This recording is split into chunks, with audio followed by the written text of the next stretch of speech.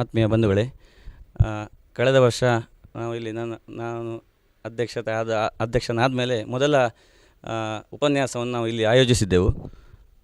1 ವರ್ಷಗಳ ನಂತರ ಇನ್ನು ಆಗಬೇಕು 1 ವರ್ಷ. ಅದಕ್ಕೆ ಮೊದಲೇ ಬಿ ಸೀತಾರಾಮ ಭಟ್ರ ಅಣ್ಣನೇ ನಮ್ಮಲ್ಲಿ ಇಲ್ಲಿ ಬಂದು ಉಪನ್ಯಾಸ ಮಾಡುವಂಥ ಅದನ್ನು ನಾವು ಎಣಿಸದೆ ಒಂದು ಇಲ್ಲಿ ಅವಕಾಶ ಸಿಕ್ಕಿದೆ.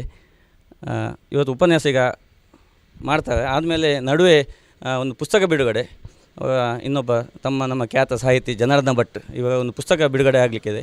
ಅದಕ್ಕೆ ಹರಿಕೃಷ್ಣ ಮುನ್ನವರು ಬರ್ತಿದ್ದಾರೆ. ಹಾಗೆ ಆ ಒಂದು ಅರ್ಧ ಗಂಟೆಯ ನಂತರ ಅದನ್ನು 15 ನಿಮಿಷಗಳಲ್ಲಿ ಆ ಪುಸ್ತಕ ಬಿಡುಗಡೆಯನ್ನು ನಡೆಸ್ತೇವೆ. ಅಷ್ಟು ಹೊತ್ತು ನಮ್ಮ ರಾಮಚಂದ್ರಾಚಾರ್ಯ ಜ್ಯೋತಿಷಿಗಳು ಮತ್ತು ಜೈನ್ ಕಾಲೇಜಿನಲ್ಲಿ ಉಪನ್ಯಾಸಕಾಗಿದ್ದವರು ಜ್ಯೋತಿಷ್ಯದ ಬಗ್ಗೆ ಉಪನ್ಯಾಸ ನೀಡ್ತಾರೆ. ಮುಖ್ಯ ಅಭ್ಯಾಗತವನ್ನು ನಾನು ಸ್ವಾಗತಿಸುತ್ತಿದ್ದೇನೆ.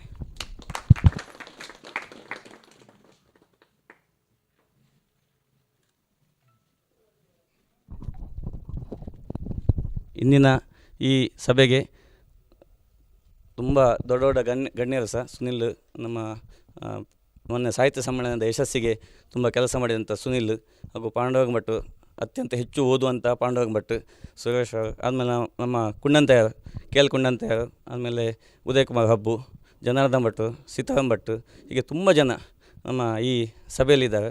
ನಮಗೆ ಇದನ್ನು ಹೇಳಲಿಕ್ಕೆ ಹೆಮ್ಮೆ ಪಡ್ಕೊಂಡು, ಅಂದರೆ ಈ ಸಭೆಯ ಘನತೆಯು ಜಾಸ್ತಿಯಾಗಿದೆ. ಮತ್ತು ನಮ್ಮ ಆಸುಪಾಸು ಕಳೆದ ವರ್ಷವೂ ತುಂಬ ಜನ ಇಲ್ಲಿ ನಾವು ಒಟ್ಟಾಗಿದ್ದೆವು. ಇವತ್ತು ಸಹ ಒಳ್ಳೆಯ ಸಂಖ್ಯೆಯಲ್ಲಿ ಜನ ಒಟ್ಟಾಗಿದ್ದೇವೆ. ಈ ಸಭೆಯನ್ನು ನಾವು ಈಗ ಆರಂಭಿಸ್ತಿದ್ದೇವೆ. ಈಗ ಮುಂದಿನ ಉಪನ್ಯಾಸವನ್ನು ಈಗ ರಾಮಚಂದ್ರಾಚಾರ್ಯ ಮಾಡ್ತಾರೆ. ಇದೇ ಸ್ಥಳದಲ್ಲಿ 1 ವರ್ಷ ಮೊದಲು ಸೀತಾರಾಮ್ ಭಟ್ ನನ್ನ ಸಹೋದರ, ಅವನಿಂದ ಈ ಸ್ಥಳದಲ್ಲಿ ಕಾರ್ಯಕ್ರಮ ಆರಂಭ ಆಗಿದೆ ಅನ್ನೋದನ್ನು ತಿಳಿದು ಇನ್ನಷ್ಟು ಸಂತೋಷ ಆಯಿತು. ಅದರ ಜೊತೆಗೆ ನನ್ನ ಇನ್ನೊಂದು ಸಹೋದರರು ಜನಾರ್ದನ ಭಟ್, ನನ್ನ ಪುಸ್ತಕಗಳು ಪ್ರಿಂಟ್ ಆಗಲಿಕ್ಕೆ ಪ್ರೇರಣೆ ಮತ್ತು ಕಾರಣ ಕೂಡ ಅವರೇ. ಹಾಗಾಗಿ ಅಂಥವರ, ಆಮೇಲೆ ಮಿಥುನ್ ಉಡುಪರ ಸಂಘಟನೆ ಬಗ್ಗೆ ನನಗೆ ವಿಶೇಷ ಗೌರವ ಇದೆ. ಅವರು ತುಂಬ ಚೆನ್ನಾಗಿ ಕಾರ್ಯಕ್ರಮಗಳನ್ನು ಆರ್ಗನೈಸ್ ಮಾಡ್ತಾರೆ. ದೇವದಾಸ ಮಲ್ಯರಂತೂ ನಮಗೆ ತುಂಬ ಆತ್ಮೀಯರು. ಹಾಗೆ ನಮಗೆ ತುಂಬ ಸ್ನೇಹ ಇರುವಂತಹ ಸುಮಾರು ಜನ ಈ ಸಭೆಯಲ್ಲಿದ್ದಾರೆ. ನಿಮ್ಮ ಎಲ್ಲರ ಎದುರು ಒಂದು 4 ಮಾತಾಡೋದು ನನ್ನ ಸೌಭಾಗ್ಯ ಅಂತ ತಿಳಿತೇನೆ. ಕೆಲವು ವರ್ಷಗಳ ಮೊದಲು ನಮ್ಮ ಕನ್ನಡ ಸಾಹಿತ್ಯ ಪರಿಷತ್ತಿನ ಕಚೇರಿಯ ಎದುರು ಒಂದು ಬೋರ್ಡ್ ಇದ್ದಿತ್ತು, ಒಂದು ದೊಡ್ಡ ಸಾಹಿತಿಯ ಭಾಷಣ. ಅದರ ಕೆಳಗೆ ವಿಶೇಷ ಸೂಚನೆ, ತಿಂಡಿ ಇದೆ ಅಂತೇಳಿ. ಆ ತಿಂಡಿ ಇದೆ ಅಂತಿದ್ದರೆ ಮಾತ್ರ ಜನ ಬರುವುದು, ಬರೀ ಭಾಷಣಕ್ಕೆ ಜನ ಬರ್ತಾನೆ ಇರಲಿಲ್ಲ. ಸಾಹಿತ್ಯ ಪರಿಷತ್ತಿನ ದೊಡ್ಡ ಸಾಹಿತ್ಯ ಭಾಷಣಕ್ಕೂ ಜನ ಬರ್ತಿರಲಿಲ್ಲ. ಹಾಗೆ ಆ ಕಡೆ ಮಂಡ್ಯದ ಕಡೆಯಲ್ಲಿ ನಾಟಕಕ್ಕೆ ಜನ ಬರಬೇಕಿದ್ದರೆ ಮೈಕಲ್ಲಿ ಅನೌನ್ಸ್ ಮಾಡಬೇಕು, ಹುಡುಗಿಯರಿದ್ದಾರೆ ಅಂತ. ಹಾಗಿದ್ರೆ ಜನ ಬರ್ತಿದ್ರು. ಹಾಗೆ ಅದು ಯಾವುದೂ ಇಲ್ಲದೆ ನಾವು ಕೇವಲ ಆಸಕ್ತಿಯಿಂದ ಬಂದಿರುವುದು ನಿಜವಾಗಿ ಅದೊಂದು ದೊಡ್ಡ ವಿಷಯ. ಸರಿ ಸರ್, ಈಗ ಜ್ಯೋತಿಷ್ಯದ ಬಗ್ಗೆ ನನಗೆ ಆ ವೃತ್ತಿಯ ಬಗ್ಗೆ ತುಂಬ ಗೌರವ ಇದೆ. ಆ ವೃತ್ತಿಯನ್ನು ಸುಮಾರು 50 ವರ್ಷದಿಂದ ಮಾಡ್ತಾ ಇದ್ದೇನೆ. ನನಗೆ ತುಂಬ ಸಂತೃಪ್ತಿ ಕೂಡ ಇದೆ ಅದರಲ್ಲಿ. ಈಗ ನಾನು ಜ್ಯೋತಿಷ್ಯವನ್ನು ನಿರಾಕರಣೆ ಮಾಡ್ತಾ ಇಲ್ಲ, ಆದರೆ ಜನಸಾಮಾನ್ಯರಿಗೆ ಉಪಯೋಗ ಆಗುವ ಹಾಗೆ ಇದರಲ್ಲಿನ ಕೆಲವು ವಿಷಯಗಳನ್ನು ನಾವು ಸ್ವಲ್ಪ ಎಚ್ಚರಿಕೆಯಿಂದ ಗಮನಿಸುವುದು ಒಳ್ಳೆಯದು ಅಂತ ನನ್ನ ಅಭಿಪ್ರಾಯ. ನಿಜವಾಗಿ ಜ್ಯೋತಿಷ್ಯ ಅನ್ನೋದೊಂದು ಮಹಾನ್ ಶಾಸ್ತ್ರ. ಮೂಲ ಜ್ಯೋತಿಷ್ಯ ಕ್ರಿಸ್ತ ಜನನಕ್ಕಿಂತ 3000 ವರ್ಷದ ಹಿಂದೆ ಪಿತಾಮಹ ಅನ್ನುವಂಥ ಒಬ್ಬ ಋಷಿಯಿಂದ ಆರಂಭವಾಯಿತು.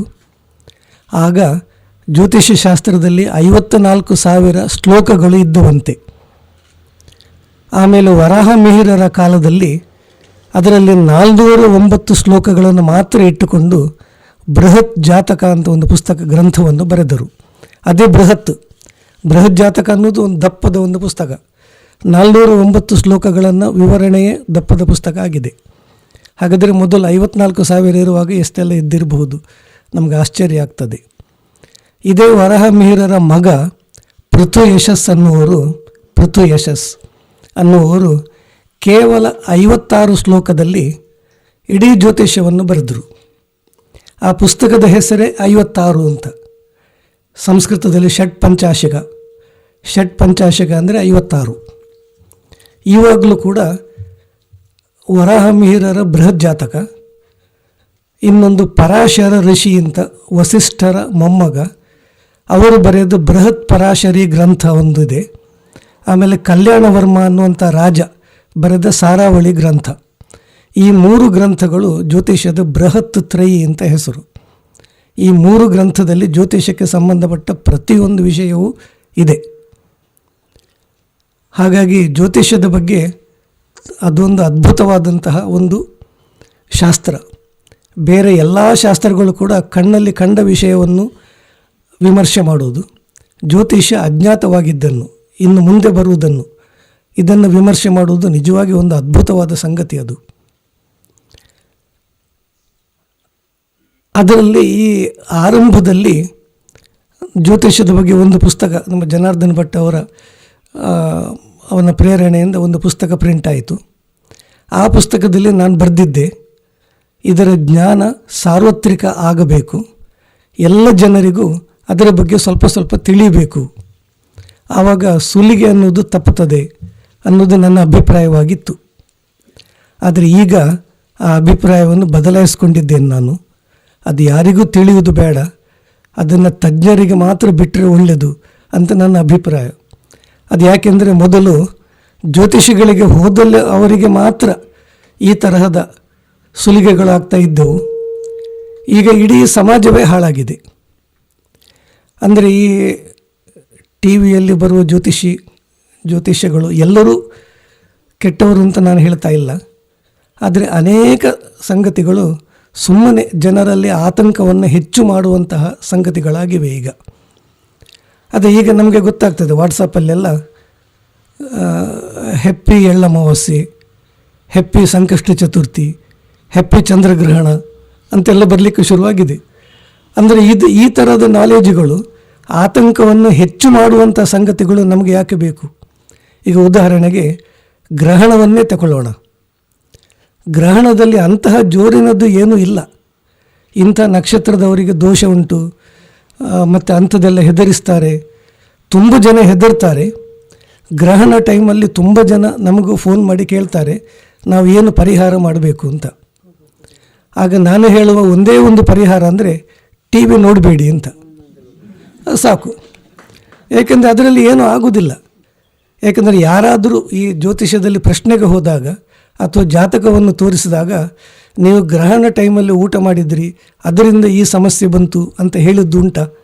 ಎಲ್ಲಿಯಾದರೂ ಪ್ರಶ್ನೆಯಲ್ಲಿ ಗ್ರಹಣ ಟೈಮಲ್ಲಿ ನೀವು ಹೊರಗೆ ಬಂದಿದ್ದೀರಿ, ತಿರುಗಾಡ್ತಿದ್ದೀರಿ, ಅದರಿಂದ ತೊಂದರೆ ಆಯಿತು ಅಂತ ಯಾರೂ ಏನು ಹೇಳುವುದಿಲ್ಲ. ಗ್ರಹಣ ಅನ್ನುವಂಥದ್ದು ಅದು ಮತ್ತೆ ಅಂಥದ್ದೇನು ದೊಡ್ಡ ವಿಷಯ ಅಲ್ಲ. ಅದು ಒಂದು ಪರ್ವಕಾಲ, ಆ ಟೈಮಲ್ಲಿ ದೇವರ ಪ್ರಾರ್ಥನೆ ಮಾಡಿ ಅಂತ ಮಾತ್ರ ಹೇಳಿದ್ದು ವಿನಃ ಅದರಿಂದ ಇಂಥವರಿಗೆ ತೊಂದರೆ, ಇಂಥ ನಕ್ಷತ್ರದವರಿಗೆ ಅಂಥದ್ದೆಲ್ಲ ಏನೂ ಇಲ್ಲ, ಏನೂ ಆಗೋದಿಲ್ಲ. ನಾವು ಅದಕ್ಕೆ ಸುಮ್ಮನೆ ಹೆದರ್ತಾ ಇದ್ದೇವೆ. ಇದರಿಂದಾಗಿ, ಈ ಸಾರ್ವತ್ರಿಕ ಜ್ಞಾನದಿಂದಾಗಿ ಆದ ತೊಂದರೆ ಇದು. ಇಂಥದ್ದೇ ಇನ್ನೊಂದು ಕೆಲವೆಲ್ಲ ಸುಮಾರೆಲ್ಲ ಇದ್ದಾವೆ. ಹಾಗಾಗಿ ಅಂಥದ್ದನ್ನೆಲ್ಲ ಆ ಸುಲಿಗೆಗೆ ಒಳಗಾಗುವಂತಹ ಸಂಗತಿಗಳನ್ನು ಮಾತ್ರ ಅದು ನಾವೆಲ್ಲರೂ ತಿಳ್ಕೊಂಡಿರುವುದು ಒಳ್ಳೆಯದು ಅಂತ ನನ್ನ ಅಭಿಪ್ರಾಯ. ಇನ್ನೊಂದು ಇಂಥದ್ದು ಸುಮಾರು ಸಂಗತಿಗಳು ಇದ್ದಾವೆ. ಇನ್ನೊಂದು ಈ ಕಾಳಸರ್ಪ ಯೋಗ ಅಂಥೇಳಿ, ಇದು ಇಂಥದೇ ಇನ್ನೊಂದು ಸಂಗತಿ. ಈಗ ಜೋಯಿಸರು ಹೆಚ್ಚಿನವರು ಕಾಳಸರ್ಪ ಯೋಗ ಅನ್ನೋದನ್ನು ಜಾತಕದಲ್ಲಿ ಬರೆದು ಕೊಡ್ತಾರೆ. ಅದಕ್ಕೆ ಪರಿಹಾರ ಈ ತಿರುಪತಿ ಹತ್ತಿರ ಕಾಳಹಸ್ತಿ ಅಂತ ಒಂದುಂಟು, ಅಲ್ಲಿಗೆ ಹೋಗಿ ಬನ್ನಿ. ಈ ಕಾಳಸರ್ಪ ಯೋಗದ ಬಗ್ಗೆ 25 ವರ್ಷ ಮೊದಲು ಯಾರಿಗೂ ಗೊತ್ತಿರಲಿಲ್ಲ. ಇಲ್ಲೇ ಹತ್ತಿರದಲ್ಲಿ ಮುಣ್ಕೂರು ದೇವಸ್ಥಾನದ ಅರ್ಚಕರು, ನಮ್ಮ ಸಂಬಂಧಿಯವರು, ಅವರು ನನಗೆ ಫೋನ್ ಮಾಡಿ ಕೇಳಿದರು, ಈಗ ಬಾಂಬೆಯಿಂದ ಒಬ್ಬರು ಶೆಟ್ರು ಬಂದಿದ್ದಾರೆ, ಅವರಿಗೆ ಕಾಳಸರ್ಪ ಯೋಗಕ್ಕೆ ಶಾಂತಿ ಮಾಡಲಿಕ್ಕೆ ಹೇಳಿದ್ದಾರೆ. ಆ ಕಾಳಸರ್ಪ ಯೋಗ ಅಂದರೆ ಏನು ಅಂತ ನಿಮಗೆ ಗೊತ್ತುಂಟಾ ಅಂತ ನನಗೆ ಕೇಳಿದರು. ಅವರು ಜ್ಯೋತಿಷ್ಯ ತಿಳಿದವರೇ.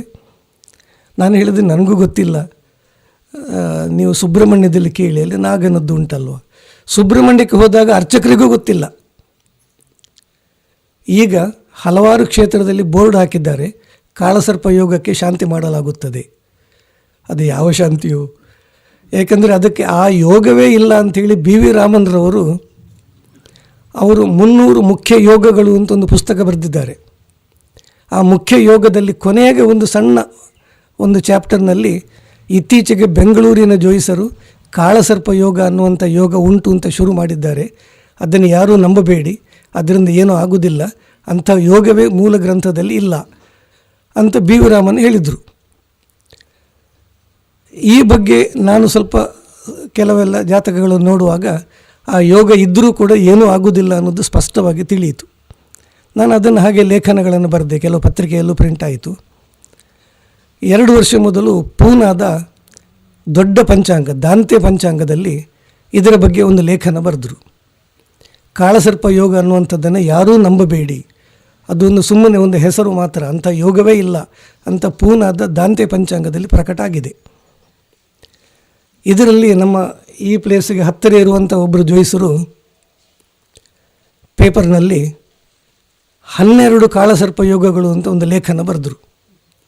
ಈ 12 ನಾಗಗಳ ಹೆಸರು ಹಾಕಿ ಶಂಖಪಾಲ ಮತ್ತು ಹಾಗೆಲ್ಲ, ಈ 1ನೇ ಮನೆಯಲ್ಲಿದ್ದರೆ ಹೀಗೆ, 2ನೇ ಭಾವದಲ್ಲಿದ್ದರೆ ಹೀಗೆ ಅಂಥದ್ದೆಲ್ಲ ಸುಮ್ಮನೆ ಅವ್ರದ್ದೇ ಕಪೋಲ ಕಲ್ಪಿತ 12 ಇದು ಕಾಳಸರ್ಪ ಯೋಗದ ವಿಧಗಳು ಅಂತೇಳಿ ಇಲ್ಲಿ ನಮ್ಮ ಕಿನ್ನಿಗಳಿಗೆ ಹತ್ತಿರ ಇದ್ದವ ಒಬ್ಬರು ಜೋಯಿಸರು, ದೊಡ್ಡ ಜೋಯಿಸರು, ವಿಶ್ವಮಟ್ಟದ ಜೋಯಿಸರು. ಹಾಗೆ ಅದು ಸುಳ್ಳು. ಮತ್ತು ಕಾಳಹಸ್ತಿಗೆ ಹೋಗುವಂಥದ್ದು, ಕಾಳಹಸ್ತಿ ಅಂತ ಹೇಳಿದರೆ ಅಲ್ಲಿ ದೇವಸ್ಥಾನದಲ್ಲಿ ಒಂದು ಹಸ್ತಿ ಅಂದರೆ ಆನೆ, ಹೆಣ್ಣಾನೆ, ಒಂದು ಆನೆಯ ಚಿತ್ರ ಉಂಟು, ಒಂದು ಕಪ್ಪು ಆನೆಯ ಚಿತ್ರ ಆ ದೇವಸ್ಥಾನದ ಗೋಡೆ ಮೇಲೆ ಉಂಟು. ಅದು ಬಿಟ್ಟರೆ ಅಲ್ಲಿ ಮತ್ತೆ ಎಂಥದ್ದು ಇಲ್ಲ. ಈಗ ಅಲ್ಲಿ ದೊಡ್ಡ ಬೋರ್ಡ್ ಉಂಟು, ಕಾಳಸರ್ಪ ಯೋಗಕ್ಕೆ ಶಾಂತಿ ಮಾಡಲಾಗ್ತದೆ. ಈಗ ಶಾಂತಿ ಮಾಡಿದರೆ ಅದು ಜಾತಕದಲ್ಲಿ ಗೊತ್ತಾಗಬೇಕಲ್ವಾ? ಈಗ ಜಾತಕ ನೋಡಿದರೆ ಅಂದರೆ ರಾಹು ಕೇತುಗಳ ಮಧ್ಯೆ ಇತರ ಗ್ರಹಗಳು ಬಂದರೆ ಅದು ಕಾಳಸರ್ಪ ಯೋಗ ಅಂತ ಹೇಳಲಿಕ್ಕೆ ಭಾಳ ಸುಲಭ. ಈ 7 ಶನಿ ಇದ್ದ ಹಾಗೆ 7 ಶನಿ ಹೇಳಲಿಕ್ಕೆ ಭಾಳ ಸುಲಭ. ಒಂದು ರಾಶಿಗೆ ನಿಮ್ಗೆ 7 ಶನಿ ಉಂಟು, ಎಲ್ಲ ತೊಂದರೆ ಅಂತ ಹೇಳಲಿಕ್ಕೆ ಆಗ್ತದೆ. ಹಾಗೆ ಕಾಳಸರ್ಪ ಯೋಗ ಹೇಳಲಿಕ್ಕೆ ಸುಲಭ, ಎಲ್ಲರೂ ಅದನ್ನು ಹೇಳ್ತಿದ್ರು. ಅದರಲ್ಲಿ ಇನ್ನೊಂದು ಜಾತಕ ನೀವು ಶಾಂತಿಯೆಲ್ಲ ಮಾಡಿಬಿಟ್ಟು ಇನ್ನೊಮ್ಮೆ ಜಾತಕ ತೋರಿಸುವಾಗ ಮತ್ತೊಂದು ಜೋಯಿಸರು ಅದನ್ನೇ ಹೇಳ್ತಾರೆ. ಈಗ ನಾವು ಶಾಂತಿ ಮಾಡಿ ಆಗಿದ್ದು ಅದರಲ್ಲಿ ಗೊತ್ತಾಗಬೇಕಲ್ವ? ಈಗ ಶಾಂತಿ ಆಗಿದೆ, ಗೊತ್ತಾಗದಿದ್ದರೆ ಆ ಯೋಗ ಶಾಂತಿ ಮಾಡಿ ಏನು ಪ್ರಯೋಜನ? ಹಾಗಾದರೆ ಶಾಂತಿ ಅನ್ನೋದು ಇಲ್ಲವೇ ಇಲ್ಲ ಅಂತ ಅರ್ಥ. ಇಲ್ಲದಿದ್ದರೆ ಇನ್ನೊಂದು ಜೋಯಿಸರಲ್ಲಿ ಹೋದಾಗ ಅವ್ರು ಹೇಳಬಾರ್ದು. ಆಗ ಏನು ಮಾಡ್ತಾರೆ, ಈ ಬಂದ ಜನ ಜೋರಿನವರಾಗಿದ್ದರೆ ಇವರು ಇನ್ನು ನೀವು ಸುಬ್ರಹ್ಮಣ್ಯಕ್ಕೆ ಹೋಗಿ ಅಂತ ಏನಾದರೂ ಹೇಳ್ತಾರೆ. ಬಂದವರು ಪಾಪದವರಾಗಿದ್ದರೆ ಅದು ಸರಿಯಾಗಲಿಲ್ಲ, ಇನ್ನೊಮ್ಮೆ ಮಾಡಬೇಕು ಅಂತ ಹೇಳ್ತಾರೆ. ಇದು ಸರ್ವಸಾಮಾನ್ಯವಾಗಿ ಆಗಿಬಿಟ್ಟಿದೆ. ಸೊ ಈ ಕಾಳಸರ್ಪ ಯೋಗ ಅನ್ನುವಂಥದ್ದು ಕೊನೆಗೆ ಎಲ್ಲಿವರೆಗೆ ಬಂತು ಅಂತ ಹೇಳಿದರೆ, 1-2 ಗ್ರಹಗಳು ಈ ರಾಹುಕೇತುವಿನ ಮಧ್ಯದಿಂದ ಹೊರಗೆ ಇದ್ದರೂ ಕೂಡ ಅಪೂರ್ಣ ಕಾಳಸರ್ಪ ಯೋಗ ಅಂತಲೂ ಬರೀಲಿಕ್ಕೆ ಶುರು ಮಾಡಿದರು. ಅಪೂರ್ಣ ಕಾಳಸರ್ಪ ಯೋಗ ಇದೆ ಅಂತ. ಅಪೂರ್ಣ, ಸಂಪೂರ್ಣ ಮತ್ತು ಅಪೂರ್ಣ ಅಂತ 2 ಬಂತು ಅದರಲ್ಲಿ. ಇಂಥದ್ದು ಅದು ಕೂಡ ಹಾಗೆ ನಂಬಲಿಕ್ಕೆ ಅರ್ಹವಾದದ್ದು ಅಲ್ಲ ಅಂತ ಒಂದು ವಿಷಯ. ಆಮೇಲೆ ಈ ಜಾತಕ ಟ್ಯಾಲಿ ನೋಡುವ ವಿಷಯದಲ್ಲಿ, ಹೊಂದಾಣಿಕೆ ವಿಷಯದಲ್ಲಿ ತುಂಬ ಅನ್ಯಾಯಗಳು ಆಗ್ತಾ ಇದ್ದಾವೆ. ಈ ಜಾತಕ ಟ್ಯಾಲಿ ನೋಡುವ ಸಿಸ್ಟಮ್ ನಮ್ಮ ಮೂಲ ಜ್ಯೋತಿಷ್ಯದಲ್ಲಿ ಇಲ್ಲ. ಈಗ ನಾನು ಹೇಳಿದ 3 ಗ್ರಂಥಗಳಲ್ಲೂ ಅಥವಾ ಹಿಂದಿನ ಕಾಲದ ಯಾವುದೇ ಗ್ರಂಥದಲ್ಲಿ ಇವರಲ್ಲದೆ ಬೇರೆ ಸ್ಕಂದಹೋರ, ಕಾಳಿದಾಸ ಬರೆದ ಪುಸ್ತಕಗಳು, ಸುಮಾರು ಗ್ರಂಥಗಳಿದ್ದಾವೆ.